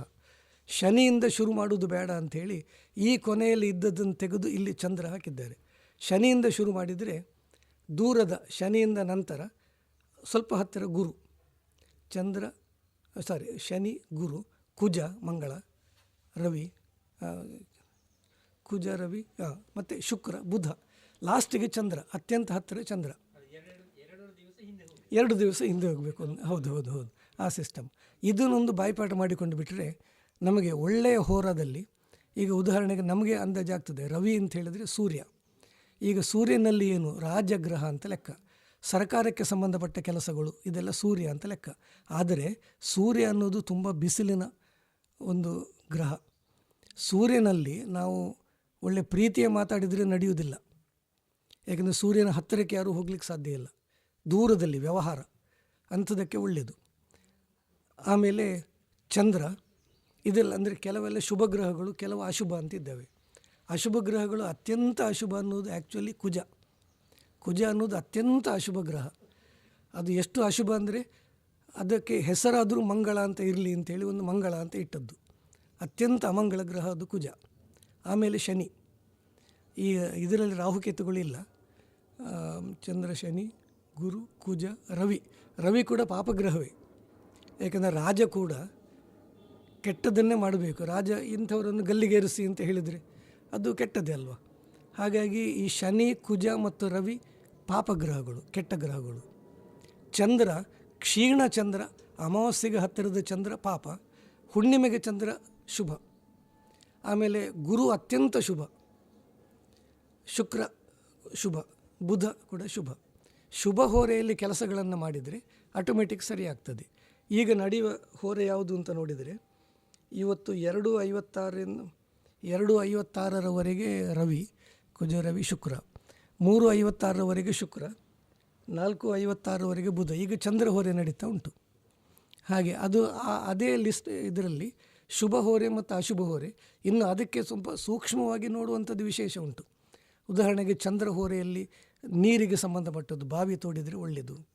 ಆಮೇಲೆ ಚಂದ್ರ ಅಂತ ಹೇಳಿದರೆ ಈ ಕೆಲವೆಲ್ಲ ನಾವು ಚಂದ್ರ ಹೊರದಲ್ಲಿ ಪ್ರಯಾಣ ಹೊರಟರೆ ಸೆಕೆ ಹೆಚ್ಚು ಇರುವುದಿಲ್ಲ, ಸ್ವಲ್ಪ ತಂಪಾಗಿ ಹೋಗ್ತದೆ, ತಿಂಗಳ ಬೆಳಕಿನ ಹಾಗೆ. ಆಗ ಫಸ್ಟಿಗೆ 2 ಹಾಡು ಹಾಡಿದ ಮೇಲೆ ನಮಗೆ ಬಿಸಿಲೆಲ್ಲ ಕಮ್ಮಿಯಾಗಿ ಒಂದು ಒಳ್ಳೆಯ ತಂಪಾದ ವಾತಾವರಣ ಬಂತು. ನಮ್ಮ ಕಾರ್ಯಕ್ರಮದ ಆರಂಭದಲ್ಲಿ ಹಾಡು ಹಾಡಿದಿರಲ್ಲ, ಆಗ ನನಗೆ ಚಂದ್ರನ ನೆನಪಾಯಿತು, ಒಳ್ಳೆ ತಂಪಾಯಿತು ಸ್ವಲ್ಪ ಅಂಥೇಳಿ. ಆ ಥರದಲ್ಲಿ ಇನ್ನು ಕುಜನಲ್ಲಿ ಹೊರಟ್ರೆ ಇದು ಫೈಟಿಂಗ್. ಅದು ಕುಜ ಸಾಮಾನ್ಯ ಪೆಟ್ಟಿನ ಜನ. ಮಾರ್ಸ್ ಅಂದರೆ ಮಾರ್ಷಲ್ ಅಂದರೆ ಮಿಲಿಟ್ರಿ. ಸೊ ಫೈಟಿಂಗ್ ಎಲ್ಲ ಒಳ್ಳೆಯದು. ಈಗ ನಾವೊಂದು ಕಬಡ್ಡಿ ಗೇಮ್, ಒಂದು ಕ್ರಿಕೆಟ್ ಗೇಮ್ ಮಾಡೋದಿದ್ದರೆ ನಾವು ಕುಜ ಹೋರದಲ್ಲಿ ಮನೆಯಿಂದ ಹೊರಟ್ರೆ ಅತ್ಯುತ್ತಮವಾಗಿ ಆಡ್ತೀವಿ. ಸುಸ್ತಾದರೂ, ದೇಹದಲ್ಲಿ ರಕ್ತ ಬಂದರೂ ಅಡ್ಡಿಲ್ಲ. ಆ ಥರದಲ್ಲಿ ಅಂದರೆ ಆಗ ಅದು ಯಾವುದಕ್ಕೂ ರೆಡಿ. ನಾವು ಇದನ್ನೆಲ್ಲ ಬುದ್ಧಿವಂತಿಕೆಗೆ ಉಪಯೋಗಿಸಬಹುದು. ಉದಾಹರಣೆಗೆ ಈಗ ಪಕ್ಕದ ಊರಿನವರ ಜೊತೆಗೆ ಕ್ರಿಕೆಟ್ ಮ್ಯಾಚ್ ಅಂತಿದ್ದರೆ ನಾವೊಂದು ಟೈಮ್ ಫಿಕ್ಸ್ ಮಾಡ್ತೇವೆ. ಅವರು ಹೊರಡುವ ಟೈಮ್ನಲ್ಲಿ ಕೆಟ್ಟ ಹೊರೆ ಸಿಕ್ಕಬೇಕು ಅವರಿಗೆ, ನಾವು ಹೊರಡುವಾಗ ಒಳ್ಳೆ ಹೊರೆ ಸಿಕ್ಕಬೇಕು. ಆ ರೀತಿ ಟೈಮ್ ಫಿಕ್ಸ್ ಮಾಡಿದರೆ ಅವರು ಸೋಲ್ತಾರೆ. ಮಹಾಭಾರತ ಯುದ್ಧ ಡಿಕ್ಲೇರ್ ಮಾಡುವಾಗ ಇದನ್ನು ಫಾಲೋ ಮಾಡಿದ್ದಾರೆ. ಪುಷ್ಯ ನಕ್ಷತ್ರದ ಕೊನೆಯಲ್ಲಿ ಡಿಕ್ಲೇರ್ ಮಾಡಿದ್ದು. ಪುಷ್ಯ ನಕ್ಷತ್ರ ಭಾರಿ ಸ್ಟ್ರಾಂಗ್, ಪಾಂಡವರೇ ಡಿಕ್ಲೇರ್ ಮಾಡಿದ್ದು. ಅವರು ಉತ್ತರ ಕೊಡುವಾಗ ಆಶ್ಲೇಷ ಬರೀ ಕೆಟ್ಟ ನಕ್ಷತ್ರ, ಅವರು ಸೋಲ್ಬೇಕು ಅಂಥೇಳಿ. ಹಾಗೆ ಜ್ಯೋತಿಷ್ಯವನ್ನು ಅದಕ್ಕೆಲ್ಲ ಉಪಯೋಗಿಸ್ಕೊಳ್ಬಹುದು. ಈಗ ಶನಿ ಹೊರ ತುಂಬ ಕೆಟ್ಟದ್ದು ಅಂತ ಅರ್ಥ. ಶನಿ ಡಿಲೇಸ್, ಪ್ರತಿಯೊಂದು ಡಿಲೇ ಆಗ್ತದೆ. ವೈರಾಗ್ಯ ಬಂದು ಬೇಡ ಅಂತ ಆಗ್ತದೆ, ಬೇಡ ಅಂತ ಆದ ಮೇಲೆ ಆಗ್ತದೆ ಅದು. ಹಾಗೆ ಶನಿಯಲ್ಲಿ. ಸೊ ಶನಿ ಹೋರದಲ್ಲಿ ಕೂಡ ಕೆಲವು ನಮಗೆ ಪ್ರಯೋಜನ ತಗೊಳ್ಬಹುದು. ಈಗ ಒಬ್ಬರು ಸಾಲ ಕೇಳಿದ್ರು, ನಮಗೆ ಕೊಡಲಿಕ್ಕೆ ಇಷ್ಟ ಇಲ್ಲ, ಆಗ ಅವರನ್ನು ಶನಿ ಹೋರದಲ್ಲಿ ಬನ್ನಿ ಅಂತ ಹೇಳೋದು. ಒಂದು ಅವರಿಗೆ ಬರಲಿಕ್ಕೆ ಆಗೋದಿಲ್ಲ, ಅಥವಾ ಬಂದದ್ದು ಅದು ಹೇಗೋ ಅಲ್ಲಿಗೆ ಅದು ಆಗಿ ಹೋಗ್ತದೆ, ಅದು ಮುಂದುವರಿಯುವುದಿಲ್ಲ. ಹಾಗೆ ಅಥವಾ ಯಾರಿಗಾದರೂ ಒಂದು ಹುಡುಗಿಗೆ ಒಬ್ಬ ಹುಡುಗ ಉಪದ್ರ ಕೊಡ್ತಾನೆ ಅಂತಿದ್ದರೆ ಶನಿ ಹೋರೆಯಲ್ಲಿ ಮಾತಾಡಿದರೆ ಸಾಕು, ಅದು ಡಿಸ್ಕಂಟಿನ್ಯೂ ಆಗ್ತದೆ ಅಂಥದ್ದು. ಆ ಒಂದೊಂದು ಹೋರಕ್ಕೂ ಒಂದೊಂದು ಪ್ರಯೋಜನಗಳು ಉಂಟು. ಶುಕ್ರ ಹೋರೆಯಲ್ಲಿ ಹೊರಟ್ರೆ ಈ ಸಿನಿಮಾ ನೋಡಲಿಕ್ಕೆ, ಪಿಕ್ನಿಕ್ಗೆಲ್ಲ ಬೆಸ್ಟ್ ಅದು. ಅದಕ್ಕೆ ಮಾತ್ರ, ದೇವಸ್ಥಾನಕ್ಕೆ ಫಿಟ್ ಅಲ್ಲ. ಈ ಎಲ್ಲ ಮನೋರಂಜನೆಗೆ ಇಂಥದ್ದಕ್ಕೆ ಒಂದು ಸೀರೆ ಬಂಗಾರ ಪರ್ಚೇಸ್ ಮಾಡಲಿಕ್ಕೆ ಶುಕ್ರ ಹೋರೆ ಉತ್ತಮ. ಆ ಟೈಮಲ್ಲಿ ಮಾಡಿದರೆ ದುಡ್ಡು ಖರ್ಚಾಗ್ತದೆ, ಆದರೆ ಒಳ್ಳೆಯ ವಸ್ತುಗಳು ಸಿಗ್ತವೆ ಅಂಥದ್ದು. ಬುಧ ಹೋರೆ ಬುದ್ಧಿಗೆ, ವಿದ್ಯೆಗೆ ಸಂಬಂಧಪಟ್ಟದ್ದು, ಪರೀಕ್ಷೆಗೆ ಹೋಗುವಾಗ ಇದೆಲ್ಲ ಬುಧ ಹೊರೆ ಸಿಕ್ಕಿದರೆ ತುಂಬ ಒಳ್ಳೆಯದು. ಹಾಗೆ ಒಂದೊಂದಕ್ಕೆ ಒಂದೊಂದು ವಿಶೇಷವಾದ ಅದು ಪ್ರಯೋಜನಗಳು ಉಂಟು. ಗುರು ಹೊರೆಯಲ್ಲಿ ಹೊರಟ್ರೆ ಗೌರವ ಸಿಗ್ತದೆ. ಅಲ್ಲಿ ಹೋದಲ್ಲಿ ಗುರು ಅಂದರೆ ದೊಡ್ಡದು ಅಂತ ಅರ್ಥ. ಯಾವುದಾದ್ರೂ ಹೋದರೆ ದೊಡ್ಡ ಮಟ್ಟದಲ್ಲಿ ಆ ಕೆಲಸ ಆಗ್ತದೆ. ಆದರೆ ಗುರು ನಿಧಾನ. ಗುರುವಿಗೆ ಒಂದು ರಾಶಿಯಲ್ಲಿ 1 ವರ್ಷ, ಇಡೀ ರಾಶಿ ಸುತ್ತು ಬರಲಿಕ್ಕೆ 12 ವರ್ಷ ಬೇಕು. ಸ್ಲೋ ಪ್ಲಾನೆಟ್ ಅದು. ಆದ್ದರಿಂದ ಗುರು ಹೋರದಲ್ಲಿ ಹೊರಟ್ರೆ ನಿಧಾನ ಕೆಲಸ ಆಗೋದು, ಆದರೆ ಅತ್ಯುತ್ತಮವಾಗಿ ಆಗ್ತದೆ. ಒಂದು ಈಗ ಶಾಲೆಯ ಟೀಚರ್, ಒಂದು ಮಾಸ್ತರರು ಓಡುವುದು ಅಂತ ಇಲ್ಲ, ಅವರು ನಿಧಾನವಾಗಿ ಹೋಗ್ತಾರೆ. ಆದರೆ ಹೋದಲ್ಲಿ ಅವರಿಗೆ ಗೌರವ ಸಿಗ್ತದೆ, ಕೆಲಸ ಆಗ್ತದೆ. ಹಾಗೆ ಗುರು ಆದರೆ ಓಡುವುದಿಲ್ಲ, ಫಾಸ್ಟ್ ಆಗೋದಿಲ್ಲ. ಫಾಸ್ಟಿಗೆ ಚಂದ್ರ, ಚಂದ್ರ ಅಂದರೆ ಮನಸ್ಸು, ಮನೋವೇಗ ಅಂತ ಉಂಟಲ್ಲ ಹಾಗೆ. ಬುಧ ಕೂಡ ಫಾಸ್ಟ್. ಬುಧ ಅಂದರೆ ಇಂಗ್ಲೀಷಲ್ಲಿ ಮರ್ಕ್ಯುರಿ. ಮರ್ಕ್ಯುರಿ ಅಂದರೆ ಪಾದರಸ, ಪಾದರಸದ ಹಾಗೆ ಚುರುಕು. ಸೊ ಚುರುಕಾಗಿ ಆಗಬೇಕಿದ್ರೆ ಬುಧ ಹೊರೆ. ಹಾಗೆ ಒಂದೊಂದು ಹೋರವನ್ನು ನಾವು ತಿಳ್ಕೊಂಡು ಅದನ್ನು ಲೈಫಲ್ಲಿ ಅಪ್ಲೈ ಮಾಡಬಹುದು. ಅದು ಒಳ್ಳೆಯದಾಗ್ತದೆ, ಅದು ಖಂಡಿತ ರಿಸಲ್ಟ್ ಬರ್ತದೆ. ಹಾಗಾಗಿ ಅದನ್ನೊಂದು ನಾವು ಎಲ್ಲರೂ ಕಲಿಬಹುದು ಅಂತ ಅನಿಸ್ತದೆ ನನಗೆ. ಹಾಗೆ ಹೌದು ಸರ್, ಹೌದು, ಖಂಡಿತವಾಗಿ ಹೌದು. ಅದು ಇದು 7 ಉಂಟು, ಒಟ್ಟಿಗೆ 7 ಗ್ರಹಗಳು. ಇದು 3 ರೌಂಡ್ ಬರುವಾಗ 21 ಗಂಟೆ ಆಗ್ತದೆ. 22, 23, 24ನೇ ಗಂಟೆ ಆದಮೇಲೆ 25ನೇ ಗಂಟೆಗೆ ನಾಳೆ ಆಟೋಮೆಟಿಕ್ ಚಂದ್ರನೇ ಬರ್ತದೆ. ಇವತ್ತು ರವಿಯಿಂದ ಶುರು ಮಾಡಿದರೆ ನಾಳೆ ಬೆಳಿಗ್ಗೆ ಸೂರ್ಯ ಉದಯಕ್ಕೆ ಚಂದ್ರ ಆಟೋಮೆಟಿಕ್ ಬರ್ತದೆ. ಮತ್ತು ಇದರಲ್ಲಿ ನಾವು ತಿಳ್ಕೊಳ್ಬೇಕಾದ ಏನಂದರೆ, ಪಾಶ್ಚಾತ್ಯರಲ್ಲಿ ಕೂಡ ನಮ್ಮ ಹಾಗೆ ವಾರಕ್ಕೆ 7 ದಿವಸ, ಹೆಸರುಗಳು ಕೂಡ ಅದೇ. ಈಗ ನಾವು ಯಾವುದನ್ನು ಶನಿವಾರ ಅಂತ ಕರೆದೆವು, ಅವರು ಸ್ಯಾಟರ್ಡೇ ಅಂತ ಅದನ್ನೇ ಕರೆದ್ರು. ಸಂಡೇ ಭಾನುವಾರ, ಮೂನ್ ಸೋಮವಾರದ್ದು. ಪ್ರತಿಯೊಂದು ಕೂಡ ನಮ್ಮ ಇಲ್ಲಿನ ಈ ಹೆಸರು ಅವರದ್ದು ಕೂಡ. ಅದು ಈ ಕಾರಣದಿಂದಾಗಿ, ಏಕೆಂದರೆ ಆ ವಾರದಲ್ಲಿ ಸೂರ್ಯ ಉದಯದ ನಂತರ ಫಸ್ಟ್ ಹೋರ ಅದರದ್ದು ಅಂತ ಲೆಕ್ಕ. ಹಾಗಾಗಿ ಶನಿವಾರ ಕೂಡ ಹಾಳಲ್ಲ. ಶನಿವಾರ ಶನಿ ಹೋರೆಯನ್ನು ಬಿಟ್ಟರೆ ಆಯಿತು, ಮುಂದಿನ ಹೋರಗಳು ಒಳ್ಳೆಯದಿರ್ತದೆ. ಆ ಥರದಲ್ಲಿ ಇಡೀ ವಾರ, ಇಡೀ ದಿನವನ್ನು ಬಿಡಬೇಕು ಅಂತಿಲ್ಲ. ಸೊ ಹೋರ ಸಿಸ್ಟಮ್ ಒಂದು ಒಳ್ಳೆಯದಾಗ್ತದೆ. ಅದನ್ನು ನಾವು ಗೂಗಲಲ್ಲಿ ಕೂಡ ಕಲಿಬಹುದು. ನೀವು ಇಂಟರ್ನೆಟ್ಟಲ್ಲಿ ಹಾಕಿ ನೋಡಿದರೆ ಹೋರಾ ಸಿಸ್ಟಮ್ ಅಂತ ಕೇಳಿದರೆ ಇದು ಬರ್ತದೆ. ಗ್ರಹಗಳು ಫಲಸೂಚಕ, ಫಲದ್ರಾತೃಗಳಲ್ಲ. ಹೌದು. ಆದ್ರಿಂದ ಅದಕ್ಕೆ ಗ್ರಹ ಶಾಂತಿ ಯಾಕೆ ಮಾಡಬೇಕು? ಇದು ಒಂದು ಅದ್ಭುತವಾದ ವಿಷಯ.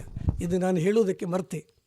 ಈ ಗ್ರಹಗಳಿಗೆ ಶಾಂತಿ ಮಾಡೋದು ಅಂತ ಹೇಳಿದರೆ, ನಮ್ಮಲ್ಲಿ ಕರೆಂಟ್ ಇಲ್ಲ ಅಂಥೇಳಿ ಮೈನ್ ಸ್ವಿಚ್ಗೆ ಪೂಜೆ ಮಾಡಿದ ಹಾಗೆ. ಹೌದು, ಆ ಮೈನ್ ಸ್ವಿಚ್ಗೆ ಎಷ್ಟು ಪೂಜೆ ಮಾಡಿದರೂ ನೀವು ಬಲಿ ಕೊಟ್ಟರು ಕೂಡ ಅದೇನು ಕೆಲಸ ಮಾಡೋದಿಲ್ಲ. ಅಲ್ಲಿ ಮೇನ್ ಡಿಪಾರ್ಟ್ಮೆಂಟಿಗೆ ಹೇಳಬೇಕು. ಅದನ್ನು ವಿವೇಕಾನಂದರು ಅದನ್ನು ಹಾಗೆ ಹೇಳಿದರು. ಒಂದು ಮನೆಗೆ ಹೋದಾಗ ನಾಯಿ ಬೊಗಳಿದರೆ, ನಾಯಿಗೆ ನಮ್ಮ ವಿಸಿಟಿಂಗ್ ಕಾರ್ಡ್ ತೋರಿಸಿದರೆ, ನಾನೊಂದು ದೊಡ್ಡ ಜನ ಅಂತಂದು ಹೇಳಿದರೆ ಅದೇನು ಬೊಗಳೋದನ್ನು ನಿಲ್ಲಿಸೋದಿಲ್ಲ. ನಾವು ಮನೆಯವರಿಗೆ ಹೇಳಬೇಕು. ಹಾಗೆ ಗ್ರಹಗಳು ಅಂದರೆ ನಿರ್ಜೀವ ವಸ್ತುಗಳು. ಗ್ರಹಗಳ ಬಗ್ಗೆ ನಮಗೆ ಗೌರವ ಏನು ಅಂದರೆ, ಅವರು ಹೇಳ್ತಾರೆ ಇಂಥ ಟೈಮ್ ಹಾಳುಂಟು, ಇದು ಇಂಥ ವಿಷಯಗಳು ನಮಗೆ ಸಿಗ್ತದೆ. ಆದರೆ ಅದಕ್ಕೆ ಸೊಲ್ಯೂಷನ್ ಮಾಡಲಿಕ್ಕೆ ಗ್ರಹಗಳಿಗೆ ಅಧಿಕಾರ ಇಲ್ಲ. ಗ್ರಹಗಳು ನಿರ್ಜೀವ ವಸ್ತುಗಳು. ಅದಕ್ಕೆ ದೇವತಾ ಆರಾಧನೆ ಒಂದು, ಅವರೇ ಅದಕ್ಕೆ ಕಾರಣ. ಅಂದರೆ ಈ ರೂಲ್ಸನ್ನು ಮಾಡಿದವರು ಯಾರು, ಅವರಿಗೆ ಮಾತ್ರ ರೂಲ್ಸನ್ನು ಬ್ರೇಕ್ ಮಾಡಲಿಕ್ಕೆ ಅಧಿಕಾರ ಇರೋದು. ಈ ಪ್ರಕೃತಿಯ ನಿಯಮಗಳು ಏನುಂಟು, ಬದುಕಿನ ನಿಯಮಗಳು, ಇದನ್ನು ಮಾಡಿದ ಆ ಶಕ್ತಿ ಉಂಟಲ್ಲ, ಆ ಶಕ್ತಿಗೆ ಮಾತ್ರ ಅಧಿಕಾರ ಇರುವುದು ಅದನ್ನು ಮುರಿಲಿಕ್ಕೆ. ಬೇರೆ ಯಾರಿಗೂ ಅಧಿಕಾರ ಇಲ್ಲ. ಆದ್ದರಿಂದ ಗ್ರಹಗಳಿಗೆ ಗ್ರಹ ಶಾಂತಿಗಳು ಬರೀ ದಂಡ. ನವಗ್ರಹ ಶಾಂತಿ ಏನೂ ಪ್ರಯೋಜನ ಇಲ್ಲ. ಮತ್ತು ಎಲ್ಲ ಜಾತಕ ನೋಡಿ ಕೂಡಲೇ ಹೇಳ್ತಾರೆ, ಇದು ಅಷ್ಟಮದಲ್ಲಿ ಕುಜ ಉಂಟು, ಕುಜ ಶಾಂತಿ ಮಾಡಿ. ಸುಮ್ಮನೆ ಸಂಕ್ರಮಣ ಉಂಟಲ್ಲ, ಚರ ಸಂಕ್ರಾಂತಿ, ಸ್ಥಿರ ಸಂಕ್ರಾಂತಿ, ಅದರದ್ದೊಂದು ಏನಾದರೂ ಒಂದು ವಿಷಯ ಹೇಳ್ಬಿಡಿ. ಅದರಲ್ಲಿ ಸಾಯಣ ಅನ್ನೋದನ್ನು ಪಾಶ್ಚಾತ್ಯರು ಹೆಚ್ಚು ಫಾಲೋ ಮಾಡ್ತಾರೆ. ನಮ್ಮ ಭಾರತದಲ್ಲಿ ನಿರಾಯಣ ಪದ್ಧತಿ. ಇದರಲ್ಲಿ ಈ ಪಂಚಾಂಗಗಳು ಕೂಡ ಬೇರೆ ಬೇರೆ ಸಿದ್ಧಾಂತದಲ್ಲಿ ಬೇರೆ ಬೇರೆ, ಆ್ಯಕ್ಚುಲಿ ದೃಕ್ ಸಿದ್ಧಾಂತ ಮಾತ್ರ ಕರೆಕ್ಟ್. ದೃಕ್ ಸಿದ್ಧಾಂತ ಅಂತ ಹೇಳಿದರೆ ಟೆಲಿಸ್ಕೋಪ್ ಇಟ್ಟು ನೋಡಿದರೆ ಅಲ್ಲಿ ಗ್ರಹಗಳು ಕಾಣ್ತವೆ. ಸೊ ದೃಕ್ ಸಿದ್ಧಾಂತ ಪಂಚಾಂಗ ನಿರಾಯಣ ಸಿದ್ಧಾಂತ ಪಂಚಾಂಗ ಆಗಿದ್ದರೆ ಭಾರತದಲ್ಲಿ ಅದು ಕರೆಕ್ಟ್ ಬರ್ತದೆ. ಅದಕ್ಕಾಗಿ ನೋಡಿ, ನಮ್ಮಲ್ಲಿ ಕೃಷ್ಣಾಷ್ಟಮಿ ಎಲ್ಲ ಕೃಷ್ಣ ಹುಟ್ಟಿದಲ್ಲಿ ಮಥುರಾದಲ್ಲಿ ಆಚರಣೆ ಮಾಡುವ ದಿನ ಬೇರೆ, ನಮ್ಮ ಉಡುಪಿಯವರು ಆಚರಣೆ ಮಾಡೋದು ಬೇರೆ. ನಮಗೆ ಸೌರಮಾನದವರು ಅಂತ ಒಂದು ಹೆಮ್ಮೆ, ನಾವು ಚಾಂದ್ರಮಾನದವರಲ್ಲ ಅಂಥೇಳಿ. ನಿಜವಾಗಿ ಈಗ ಅದು ಕೃಷ್ಣ ಹುಟ್ಟಿದಲ್ಲಿ ಎಲ್ಲಿ ಆಚರಣೆ ಯಾವಾಗ ಮಾಡ್ತಾರೆ ಆವಾಗಲೇ ನಾವು ಮಾಡಬೇಕಲ್ವಾ, ಆಗ ನಾವು ಮಾಡುವುದಿಲ್ಲ. ನಾವು ಸೌರಮಾನದಲ್ಲಿ ಬೇರೆ ಒಂದು ದಿನ ಇಟ್ಟುಕೊಳ್ಳೋದು. ಹಾಗೆ ಪಂಚಾಂಗದಲ್ಲಿ ಕೆಲವು ಸಲ ನಕ್ಷತ್ರಗಳು ಚೇಂಜ್ ಆಗೋದು ಅಂತ ಉಂಟು. ಆಶ್ಲೇಷ ಅಂತಿರೋದು ಇನ್ನೊಂದು ಪಂಚಾಂಗದಲ್ಲಿ ಮಖ ಬಂದಿರ್ತದೆ. ಹಾಗಾಗಿ ಈ ಸಿದ್ಧಾಂತಗಳಲ್ಲಿ ಈ ನಿರಾಯಣ ಸಿದ್ಧಾಂತವಾಗಿದ್ದು ದೃಕ್ ಸಿದ್ಧಾಂತ ಕೂಡ ಇದ್ದರೆ ಅದು ಕರೆಕ್ಟ್. ಅಂಥ ಪಂಚಾಂಗಗಳನ್ನು ಅನುಸರಿಸೋದು ಒಳ್ಳೆಯದು. ಮತ್ತು ಅವರು ಹೇಗೆ ಅಂತ ಹೇಳಿದ್ರೆ, ದೃಕ್ ಅಂತ ಹೇಳಿದರೆ ಟೆಲಿಸ್ಕೋಪ್ ಇಟ್ಟು ನೋಡಿದರೆ ಅಲ್ಲಿ ಕಾಣ್ತದೆ ಪ್ಲ್ಯಾನೆಟ್ಸು. ಈ ಬೇರೆ ಸಿದ್ಧಾಂತದವರು ಏನು ಮಾಡ್ತಾರೆ ಅಂದರೆ ರವಿಚಂದ್ರರಿಗೆ ಮಾತ್ರ ದೃಕ್ ಸಿದ್ಧಾಂತ, ಬಾಕಿದಕ್ಕೆಲ್ಲ ಹಳೆ ಆರ್ಯಭಟ ಬೇರೆ ಯಾವುದೋ ಸಿದ್ಧಾಂತ ಮಾಡ್ತಾರೆ, ಸೂರ್ಯ ಸಿದ್ಧಾಂತ ಎಲ್ಲ ಉಂಟು. ಅದು ಸರಿ ಬರುವುದಿಲ್ಲ. ಅದು ಅವರೇನು ಮಾಡ್ತಾರೆ ರವಿಚಂದ್ರರಿಗೆ ಮಾತ್ರ, ಏಕೆಂದರೆ ಇದು ಕಣ್ಣಿಗೆ ಕಾಣ್ತದೆ ಗ್ರಹಣವನ್ನು ಅವರು ಆ ಸಿದ್ಧಾಂತದಲ್ಲಿ ಮಾಡಲಿಕ್ಕೆ ಹೋದರೆ ಫೈಲ್ ಆಗ್ತದೆ. ಸೊ ಗ್ರಹಣವನ್ನು ಈ ಸಿದ್ಧಾಂತದಲ್ಲಿ, ಬಾಕಿದೆಲ್ಲ ಅದರಲ್ಲಿ ಹಾಗೆ ಮಾಡುವ ಸಿಸ್ಟಮ್ ಒಂದು ಹೈಬ್ರಿಡ್ ಸಿಸ್ಟಮ್ ಬಂದು ಹೋಗಿದೆ. ಅದು ಸರಿಯಲ್ಲ ಅಂತ ಕಾಣ್ತದೆ. ಚಾಂದ್ರಮಾನ ಮತ್ತು ಸೌರಮಾನ ಎರಡೂ ಕೂಡ ನಮ್ಮ ದೇಶದಲ್ಲಿ ಉಂಟು. ಉತ್ತರ ಭಾರತದಲ್ಲಿ ಹೆಚ್ಚಾಗಿ ಚಾಂದ್ರಮಾನ, ನಮ್ಮಲ್ಲಿ ಕೊಂಕಣಿಯವರು ಮತ್ತು ಬೇರೆಯವರು ಹೆಚ್ಚಾಗಿ ಚಾಂದ್ರಮಾನ ಅನುಸರಿಸೋದು. ಮತ್ತು ಉಳಿದವರು ಕೆಲವರೆಲ್ಲ ಸೌರಮಾನ ಅನುಸರಿಸೋದು. ಸೌರಮಾನ ಪ್ರಕಾರ ಜನವರಿ 15 ಮೇಲೆ ಮಕರ ಸಂಕ್ರಮಣದ ನಂತರ ಉತ್ತರಾಯಣ. ಚಾಂದ್ರಮಾನದಲ್ಲಿ ಡಿಸೆಂಬರ್ 22, 23 ಹೌದು ಆ ಟೈಮಲ್ಲಿ ಅದು ಚಾಂದ್ರಮಾನ. ನಾವೇನು ಮಾಡ್ತೇವೆ ಬುದ್ಧಿವಂತಿಕೆಯಿಂದ, ನಮಗೊಂದು ಮುಹೂರ್ತ ಬೇಕು ಅಂತಿದ್ದರೆ ಯಾವುದು ಇವರಿಗೆ ಅನುಕೂಲ ಅದನ್ನು ಕೊಡ್ತೇವೆ. ಅದು ಎರಡು ಕೂಡ ಫಾಲೋ ಮಾಡ್ತಾರೆ. ಈಗ ಇದರಲ್ಲಿ ಕರ್ಕಾಟಕ ಮಾಸದ ಟೈಮ್ನಲ್ಲಿ ಆಷಾಢ ಮಾಸ ಬರ್ತದೆ. ನಾವು ಕೆಲವು ಸಲ ಆಷಾಢ ಮಾಸವನ್ನೇ ಹೈಲೈಟ್ ಮಾಡೋದು, ಕೆಲವು ಸಲ ಕರ್ಕಾಟವನ್ನೇ ಹೈಲೈಟ್ ಮಾಡೋದು. ಹಾಗೆ ಅದನ್ನು ನೋಡಿಕೊಂಡು, ಆ ಸಂದರ್ಭವನ್ನು ನೋಡಿಕೊಂಡು, ಎರಡೂ ಭಾರತದ್ದೇ. ಒಂದರಲ್ಲಿ ಚಂದ್ರ ಮುಖ್ಯ, ಇನ್ನೊಂದರಲ್ಲಿ ಸೂರ್ಯ ಮುಖ್ಯ. ಸೂರ್ಯ ಮುಖ್ಯದವರು ಹೇಳ್ತಾರೆ ಸೂರ್ಯ ಅನ್ನೋದು ಗ್ರಹ ರಾಜ ಅಂತ ಲೆಕ್ಕ, ಎಲ್ಲ ಗ್ರಹಗಳಿಗೆ ಮುಖ್ಯ ಸೂರ್ಯನೇ, ಸೂರ್ಯನನ್ನು ಫಾಲೋ ಮಾಡಬೇಕು. ಚಂದ್ರ ಅನ್ನೋದು ನಮಗೆ ಹತ್ತಿರ ಉಂಟು, ಹತ್ತಿರ ಇದ್ದದ್ದು ಮುಖ್ಯ. ಮತ್ತು ಇಡೀ ಗ್ರಹಗಳಲ್ಲಿ ಚಂದ್ರ ಅಂದರೆ ಮನಸ್ಸು ಹೆಚ್ಚು ಮುಖ್ಯ ಎಲ್ಲದಕ್ಕೂ ಕೂಡ. ನಾವು ಮನಸ್ಸಲ್ಲಿ ಸುಖಿಯಾಗಿದ್ದರೆ ನಾವು ಸುಖಿಯೇ. ಸೊ ಚಂದ್ರಮಾನ ಕರೆಕ್ಟ್ ಅಂತ ಆ ಸಿಸ್ಟಮ್ನವರು ಹಾಗೆ ಹೇಳೋದು. ಸರಿ ಸರ್, ತಾವು ಜ್ಯೋತಿಷ್ಯ ಫಾಲೋ ಮಾಡಿ ಸರಿ ಸರ್. ಇಲ್ಲ, ರಾಹುಕಾಲ ಬರೀ ಗುಳಿಕ ಕಾಲ ಕೂಡ ಬೇಡ. ಹೌದು, ಈ ಗುಳಿಕ ಕಾಲವನ್ನು ನಾವು ಈ ಜಿಲ್ಲೆಯವರು ಮಾತ್ರ, ದಕ್ಷಿಣ ಕನ್ನಡ, ಉಡುಪಿ, ಕೇರಳ, ಬೇರೆ ಕಡೆ ಮಾಂದಿ ಕ್ಯಾಲ್ಕುಲೇಷನ್ ಮಾಡುವುದೇ ಇಲ್ಲ. ಗುಳಿಕ ಕಾಲ ಅಂದರೆ ಮಾಂದಿ. ಆಮೇಲೆ ರಾಹು ಕಾಲವನ್ನು ಒಳ್ಳೆ ಹೋರ ನೋಡಿದರೆ ರಾಹುಕಾಲ ಬೇಡ, ಒಳ್ಳೆ ಹೋರ ಸಿಕ್ಕಿದರೆ. ಮತ್ತು ರಾಹುಕಾಲ ಇದು ಪ್ರಯಾಣಕ್ಕೆ ಮಾತ್ರ ಅಂತ ಲೆಕ್ಕ, ಬೇರೆ ಯಾವುದಕ್ಕೂ ಮುಹೂರ್ತಕ್ಕೆ ಬಿಡುವುದೇ ಇಲ್ಲ, ಅದನ್ನು ತಗೊಳ್ತಾರೆ. ಅಭಿಜಿನ್ ಮುಹೂರ್ತ ಅದರಲ್ಲಿ ಕೂಡ ಅದು ಒಂದು 20 ನಿಮಿಷದ ಮುಹೂರ್ತ, ನಡುವು ಮಧ್ಯಾಹ್ನಕ್ಕೆ ಬರ್ತದೆ. ಅದು ಈಗ ಒಂದು ಸಿಸ್ಟಮಲ್ಲಿ ಹೇಳ್ತದೆ ಅಭಿಜಿನ್ ಮುಹೂರ್ತ ಮತ್ತು ಗೋಧೂಳಿ ಮುಹೂರ್ತ ಶ್ರೇಷ್ಠ, ದಿನ ನೋಡುವುದೇ ಬೇಡ ಅಂಥೇಳಿ. ಆದರೆ ಇನ್ನೊಂದು ಮುಹೂರ್ತ ಸಂಗತಿ ಹೇಳ್ತದೆ, ಒಳ್ಳೆಯ ಅಶುಭ ಲಗ್ನಗಳಾದರೆ ಅಭಿಜಿನ್ ಲಗ್ನ ಕೂಡ ಬೇಡ.